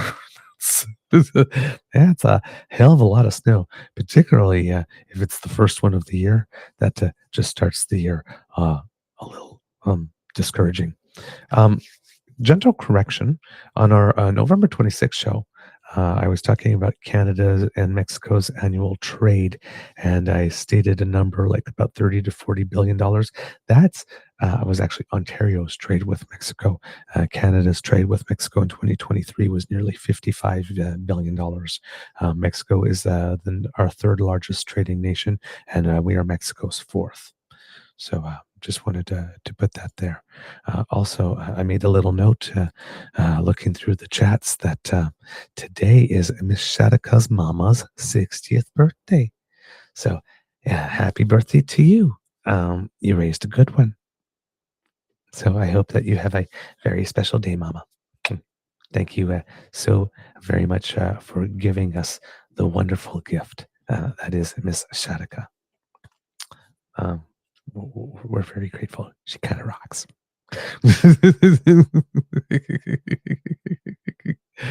Oh man.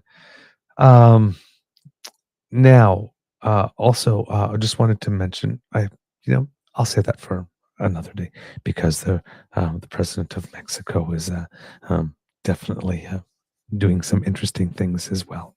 So, but we'll put that in another show.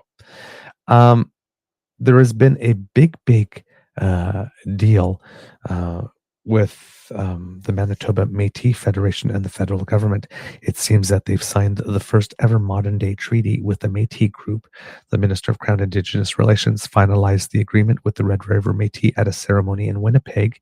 David Chartrand, the president of the Manitoba Métis Federation, reports that truly it means to me pride. We've always faced hostility of being recognized as a people. So he says that it will restore their rightful place in Confederation. The agreement formally recognizes the Manitoba Métis Federation federally as the government of all Red River Métis citizens, no matter where they live. Elder Oliver Boulette stated specifically, the treaty contributed to the founding of this country and creating it.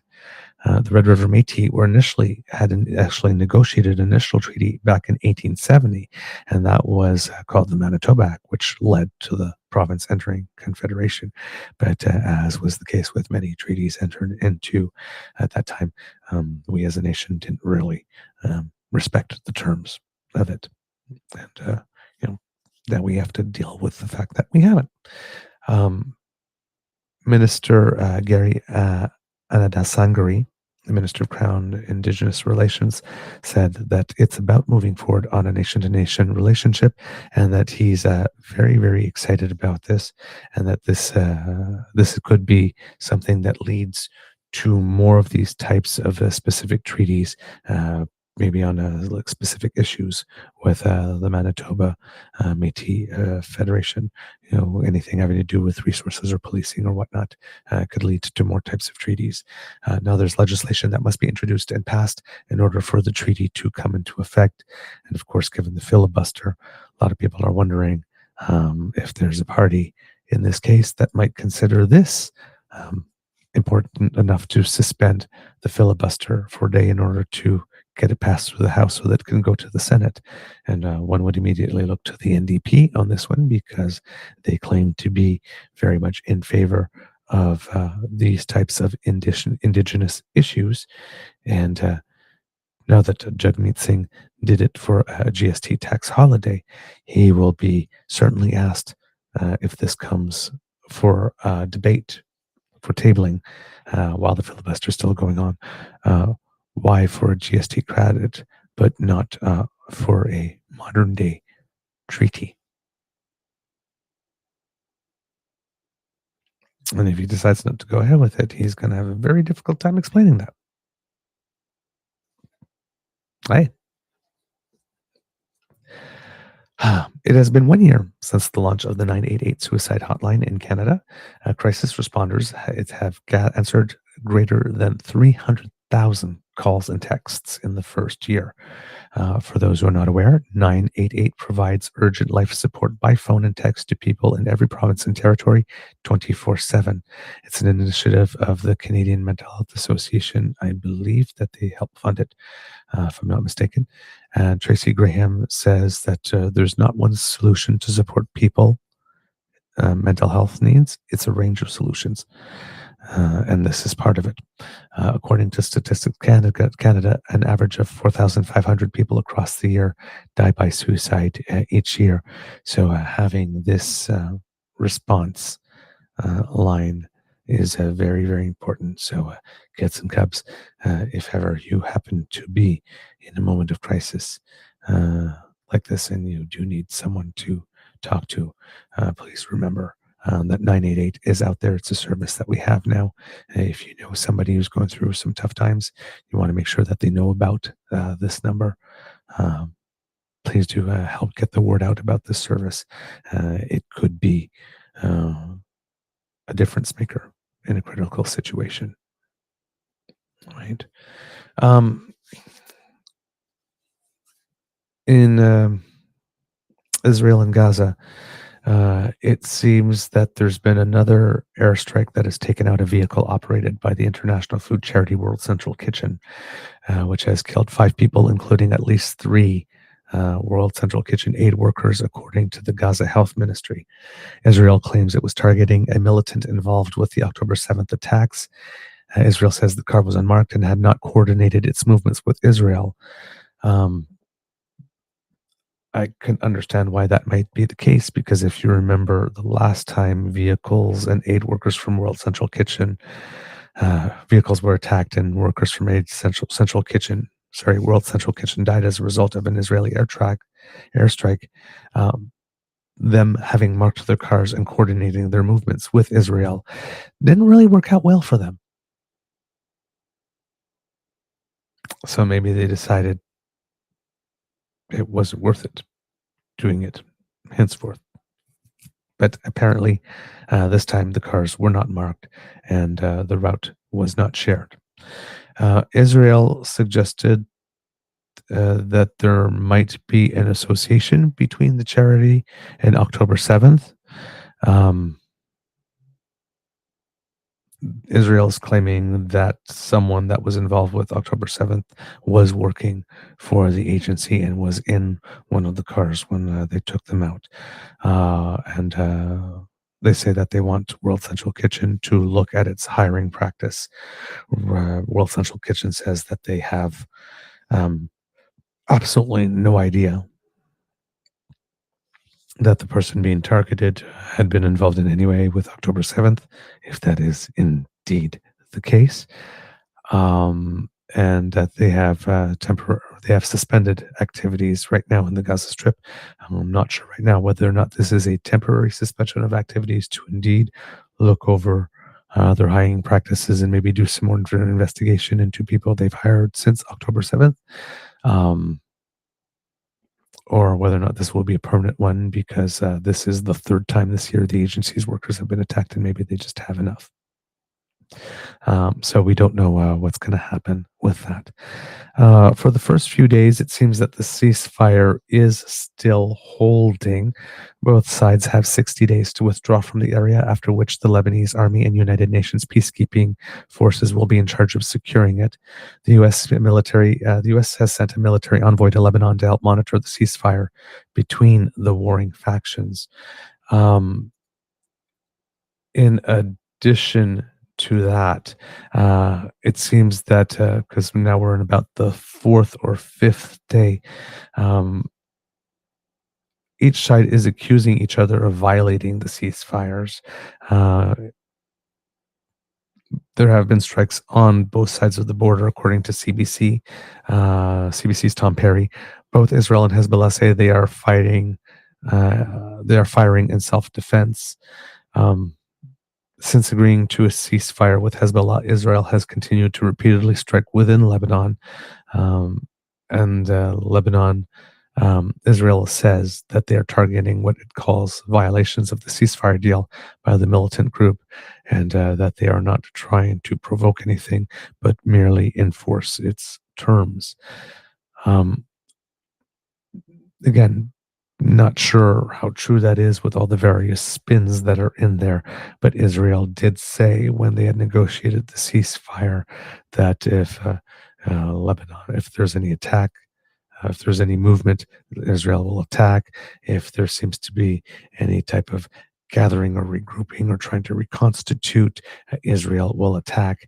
It seems that even something like sending over 2 mortar shells that don't touch anything is enough for Israel to say this is a big enough provocation, and do a lot by air to try and say it's like, no, like not even that. We will not tolerate that. So, but it seems it is still holding, even though there are these violations and creative interpretations of what the terms of the deal may be. Let's see if I've got anything more here for you, kids and cubs. Oh yes, the big thing that has been going on is, and this also indirectly involves Gaza and what is going on in Ukraine. And that is, it seems that there is new activity in Syria. There had been pretty much a status quo that had installed itself and had been lasting for quite a while.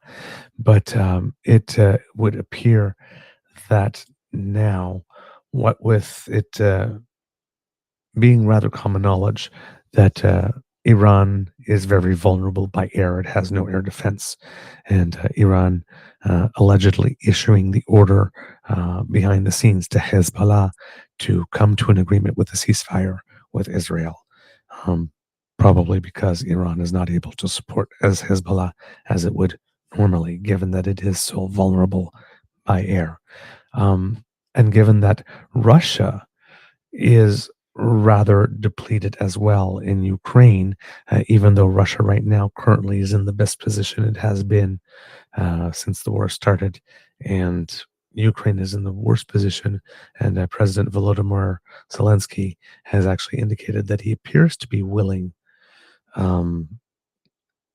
to temporarily freeze the borders as they are now, if he could get membership for all of Ukraine, even the occupied territories, recognition by NATO, so that they would have Article 5 protection, and then try to make deals afterwards to get back the rest of the territory diplomatically, which is a very, very big change. So it seems to indicate that Ukraine might be at the end of its abilities, because a lot of there's not tons of people in Ukraine, and a lot of its human resources human capital that would be used for the war is very depleted. And it seems that 57% of the population would like a ceasefire right now, which does give him a mandate to go and move the goalposts a little. And on the Russian side of the equation, well, things aren't going very well for them too. Russia would like to be able to try and make a big move before January, when things sort of freeze up and becomes a little more difficult to get by during the winter. But it would also appear that Russia, financially, they're getting close to that breaking point that we talked to you about. We've been updating you about many times over the course of the years. But the Russian ruble right now has cratered. I mean, it was doing pretty bad, but it's had a particular cratering over the last few days. And I think it is 133 Russian rubles to the US dollar at the moment, which is quite a lot. Then it would appear as well that, well, like I said, Russia also on manpower is suffering, but they do have some reinforcements from North Korea coming in. But Russia is also the main supplier and defense guarantor for Syria. And it's kind of stretched a little thin at the moment. So that makes it harder for Russia to be able to respond as nimbly as it could have earlier on in the conflict, when Assad wasn't doing very well, and then Russia came in and provided some bombing support for the air, and really turned things around for the butcher, unfortunately. It also appears that inflation in Russia is at about 8.5%, but central bank interest rates are at about 21%, which is about 2.5 times inflation. And he's been, moving things around to try to make things look like things are still normal. But there are fewer and fewer things that he is able to move to maintain that illusion. So there will come a time where things might collapse. That he won't be able to maintain appearances in any way, shape, or form at the moment. So he's got currency supply restrictions in place at the moment as well.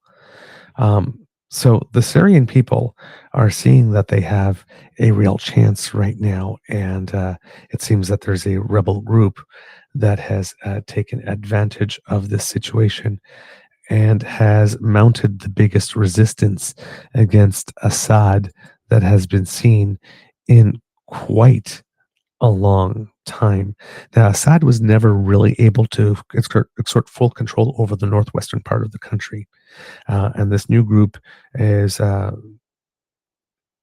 used to be sort of associated with Al Qaeda.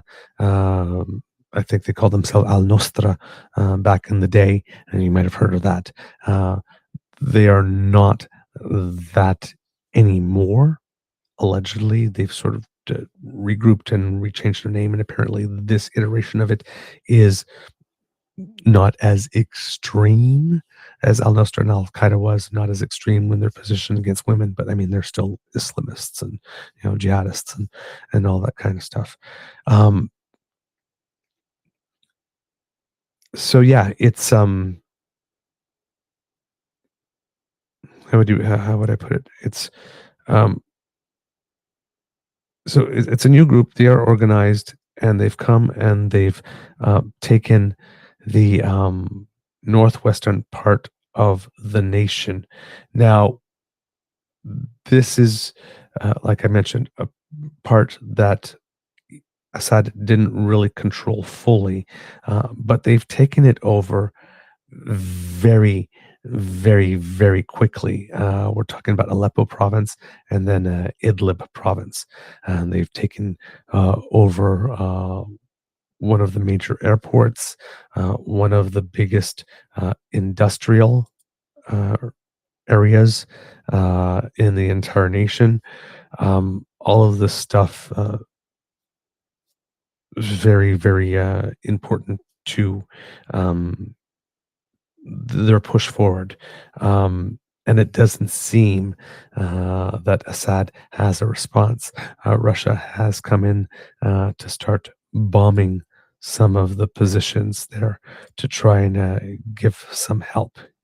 Um, Now, it seems that things are a little complicated because the rebel group does seem to have a strategic alliance with some Turkish Kurds, which also brings Turkey into the mix because Erdogan really doesn't want anybody making any types of deals or giving any type of legitimacy to the Turkish Kurds. So on one side you have Iran, Russia, Turkey, and Syria, and then on the other side you seem to have the rebels and the Turkish Kurds.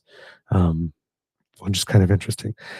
Syria, like Russia, is in terrible financial position at the moment, and apparently, according to Janice Stein of the Monk School, it is exporting drugs to the green markets of the Middle East in order to gain its hard currency. The soldiers in the Syrian army are not well paid. Many have abandoned it, leaving equipment behind them. Assad currently has a very poorly trained army with very low morale. Hezbollah supported Assad initially, but they don't have the means to assist this time around. They've used a lot of their bombs in the whole Israel thing at the moment, and Iran is not there to be able to offer additional assistance. There are apparently about 800 American troops in Syria right now, but they don't support any group other than the Kurds somewhat. They have made deals with them and then have left them high and dry a few times. The Iranian foreign minister was in Beirut last week. Now he's in Damascus. Syria is one of Iran's biggest allies. But like I said, Iran is not in much of a position to help at the moment. But at least going there and doing the diplomatic stuff makes it look like this probably has more bark than bite. Really, Netanyahu's former defense minister apparently came out and accused the prime minister of war crimes, particularly ethnic cleansing. So that's another twist that's going on over there. And it seems that the active generals in Israel's army oppose the strategy in northern Gaza. They want to withdraw with a hostage deal in exchange for the ceasefire, and they've been pushing for months for Netanyahu to make a commitment about what happens the day after. Egypt is also pushing very hard. So they got this pressure going on as this thing is exploding in Syria. It's difficult to find words. It's so inconceivable that a prime minister with the right-wing coalition that's controlled by the most extreme elements of the right wing, opposed by the military, which really matters in most societies, and opposed to 50% of the population roughly, is able to cling to power because in order to force them out, there needs to be a majority vote in the... I think I have some Syria notes confused with some Israel notes here. Which is not supposed to be the case. But yes, some notes got mixed up. I am so sorry, kids and cubs there. That was my mistake. So yeah, that's going on in Syria. Apparently, the rebels are still expanding. They are still taking over more territory. It would appear that according to Jason J. Smart, who has a lifetime ban from Russia for anti-Putin work, who is based in Kyiv. He says that with regard to the Russian side of all of this, and a little bit as it interplays with Assad. He says, on Thursday, news began circulating that Assad had urgently arrived in Moscow to meet with Putin, while pro-Assad sources stated that the Arab dictator's trip was to discuss investing in his country's reconstruction. Opposition news suggested that Assad's sojourn was really due to, quote, instability breaking out in Syria. Unlike a, quote, normal state visit, it appears that the Syrian leader brought his entire extended family with him to Moscow, where they are staying in a luxury hotel, while the tyrant is holed up in the Kremlin, waiting for Putin. And Assad is now back in Syria. But so this is, I believe, from Thursday, from November 29th. This is written. Incredibly, Putin is not even in Moscow. Rather, Putin is in Kazakhstan, and the Russian Minister of Defense is in North Korea, thus confirming that the Syrian rebels' offensive caught both Assad and Putin off guard. Increasingly trapped in an economic and military quagmire, Russia was recently forced to remove its military aircraft, which had been backing Assad in Syria, to send them to Russia's other war, in Ukraine. However, even without the aircraft, it is stunning that the Syrian rebels' offensive, in less than 24 hours, took the second largest city, Aleppo, with only limited fighting. Since yesterday, there are indications that Assad's army may be crumbling, lending credence to reports that Russian fighters in Iranian-backed Hezbollah, instead of fighting to defend Assad, are fleeing. Once a critical mass of soldiers deserts, the chances of the phenomena becoming widespread increases. In this case, the regime's opponents would likely be able to then expeditiously vanquish the decimated national army. At this point, Putin is limited in what assistance he can offer his ally. Russia's economy is on the precipice of total collapse, whilst the Russian military does not have the capacity to kick the Ukrainian army out of Kursk Oblast, Russia, much less prop up Assad. If the Kremlin, lacking both money and military might, decides to allow Assad to fall, then a chain of events could begin that would acutely worsen Russia's economy and destabilize the autocracy's brutal political system. Putin is not playing 4D chess. Rather, Putin's poorly devised strategy of over-obligating his country to unnecessary foreign wars, which has destroyed his nation's economy, could soon come full circle, triggering Putin's own demise. As the winds of change begin to blow, the collapse of Putin's house of cards looks even more likely. So, lots of huge chess pieces being moved on the global stage here. It's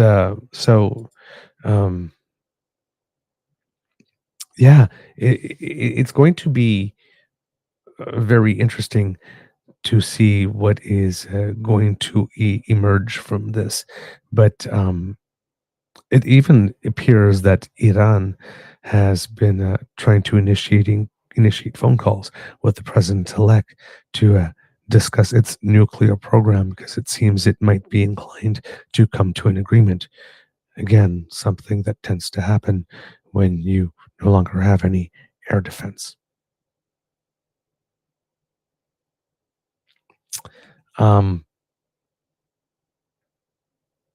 There's some things shifting. And if you're wondering in all of this about the Saudis, it seems that Mohammed bin Salman really insists that there indeed be some type of two-state solution and a national unity government in Palestine, but that with Iran in the weakened position, Israel is not particularly inclined to go for that, and we're not whether or not there's anything that Saudi Arabia could actually do at this point in time to egg that along. So a lot of the usual players in this region are in a slightly uncomfortable and new to them, at least in recent times, positions. Which, again, if you're an international political junkie, makes this a very fascinating period to see how all the different players will react to everyone's different moves and positioning. But it also increases the opportunity for somebody's move to be misinterpreted. So hopefully there is abundance of back channel communication between all of these nations to make sure that we do not have an unexpected oopsie, because that could be very, very, very dangerous. All right, kids and cubs, I think we have an episode. All right. That's the end of this episode of the Daily Beaver Morning Show. We hope that you love listening to us because we love making this for you. Remember, sharing is caring and word of mouth is priceless. And you have the mouths from which we want the words to come. So please tell your peeps and poops all about us, because that makes us very happy when you do. Now, if you would like to not miss an episode of the podcast at all, you do not have to. Thanks to the Ray Girl, because she sponsors our pod page. Podpage.com/the True North Eager Beaver, lowercase letters with a hyphen between each one of those words. And when you go there and click subscribe or scan that QR code that just appeared to get you there, if you go there, click subscribe when we have something fresh off the bandwidth, it comes directly to you, kids and cubs. And we thank you for subscribing. It really means the world to us when you do.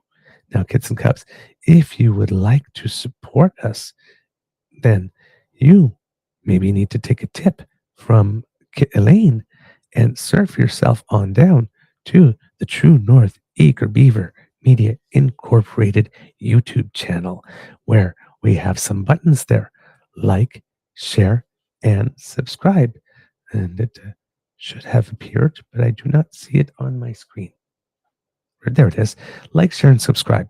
If you go there and click on those, we get ourselves a little bit of happy. So we thank you very much for your support over there. And of course, the YouTube channel has the Damn Fam there. So if you're listening on audio and you would like to get in on the conversation with the Damn Fam, the best Damn Fam in all of podcasting, a wonderful group of people that have very engaging conversations and just kind.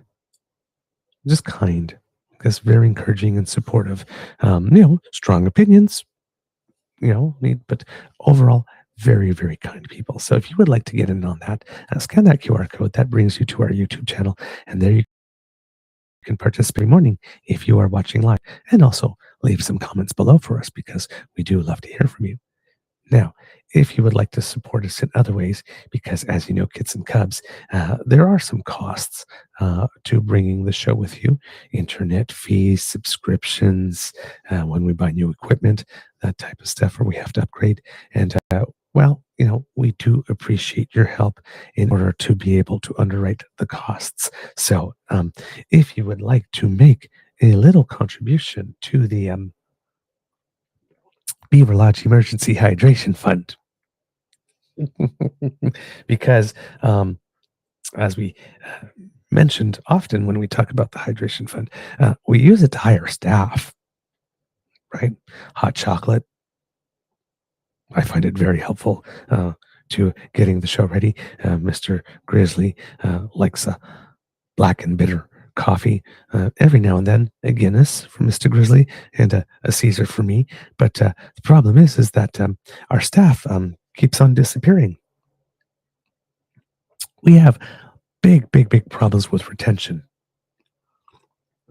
So we need your help to hire more staff. So if you would like to make a contribution to the Beaver Lodge's Emergency Hydration Fund in order to keep us moist, well then, we got you covered. You can just scan that QR code that just appeared, or you go to our coffee page, coffee, ko-fi.com/eagerbeaver, lowercase letters, all in one word. And if you drop a couple of coins in there, maybe a laurier, who knows? But if whatever you can donate, if you can drop a little bit in there to say, Atta Beaver, that was some good work you did today, and some good work you've been doing lately. And Atta Grizzly, thank you so much for bringing us the show that we love.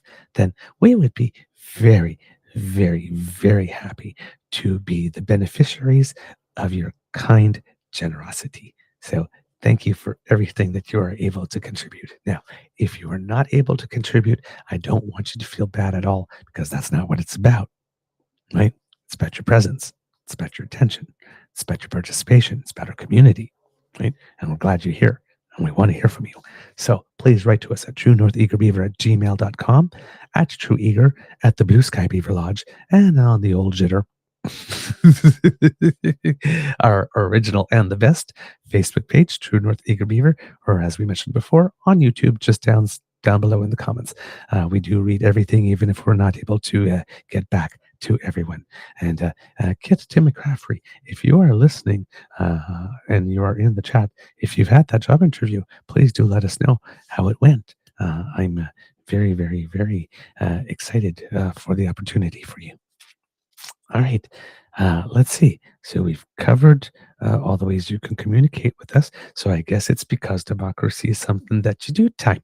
If you live in the electoral district of Cloverdale, Langley City in British Columbia, you have a federal by-election coming up on December 16th. And if you live in the provincial electoral district of Lethbridge West in Alberta, you have a provincial by-election coming up on December 18th. See, I promised I would get the date for you and be able to mention it, and I have. Promise made, promise kept. Vote for me. So please, kids and cubs, make sure that you research your candidates. If you want to volunteer at a polling station, let it be known. And if there's a candidate that you like in particular that you want to support, please do. Get out there, put your back in the game. Listen, phone maker, knock on doors, or all that good stuff. Democracy is something that you do. So get involved. We appreciate it when you do. Thank you so much. Words of wisdom, since I don't have Mr. Grizzly with me. Words of wisdom. Had a curling match yesterday that didn't start out well for us, and it would have been very easy for us to get down. And the other team was playing lights out, and we got better, and we actually got to within one, and at a point where we had the winning and then tying point in the rings, when for about the third or fourth or maybe even fifth time in the match, the other team threw a rock that didn't actually go where it is that they wanted to go, but for some reason bounced on a couple of things and ended up working out for them, and they ended up winning the game. It was really not meant to be for us on that day, clearly, because they were playing well and they had the luck. But the thing that I was proud of is that we never gave up. We never got down on ourselves, because we focused, we played better, we made a match out of it, we had a legit chance to win it. And then another curveball. We didn't win it. But we remained calm, and we didn't get down on ourselves. And we were able to respond productively. So that would be my word of advice. If things appear to be going a little bit off the rails, don't panic. Find some stillness. Come up with a plan. Sharpen your focus. And go out and give yourself a fighting chance. Those are my words of wisdom. All right, kits and cubs, we are at a tricky part now, because I haven't done this in a couple of days. So I actually have to look up how it is that I dismount. So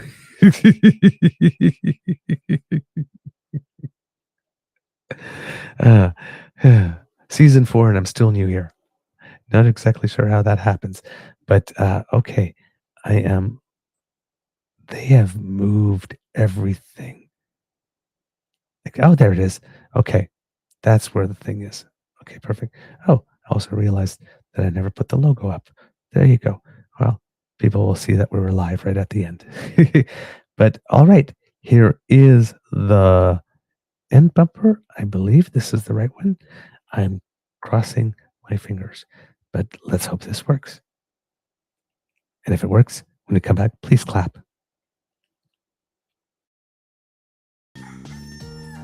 You are listening to a True North Eager Beaver Media Incorporated podcast.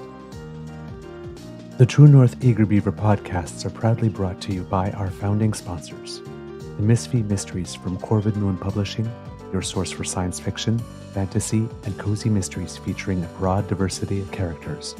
CanadianTarot.com, their uniquely Canadian online eclectic tarot community, and the Peppermaster, hot pepper sauces made from farm-fresh ingredients to thrill your taste buds and expand your mind.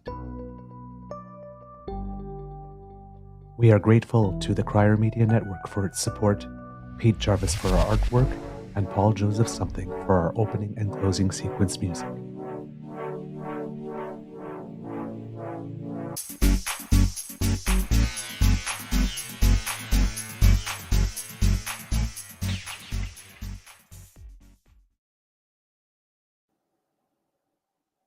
All right, Kits and Gubs, a little Easter egg. I'm seeing here in the chat some beautiful comments. Mr. Jim, my friend, you know I love you with all my heart. Mr. Beaver is, thank you so very much for that beautiful compliment. I definitely appreciate it.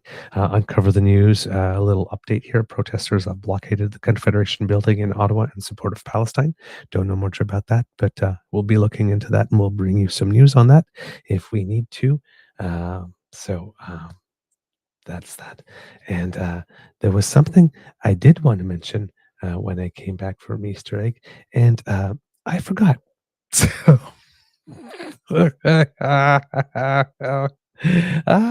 I'm just nailing it today. All right. All right, Kits and Cubs. Please have a most wonderful and beaverific day, and I will see you tomorrow morning with Mr. Grizzly, and hopefully we will have a more normal show because solo is really weird. All right, bye.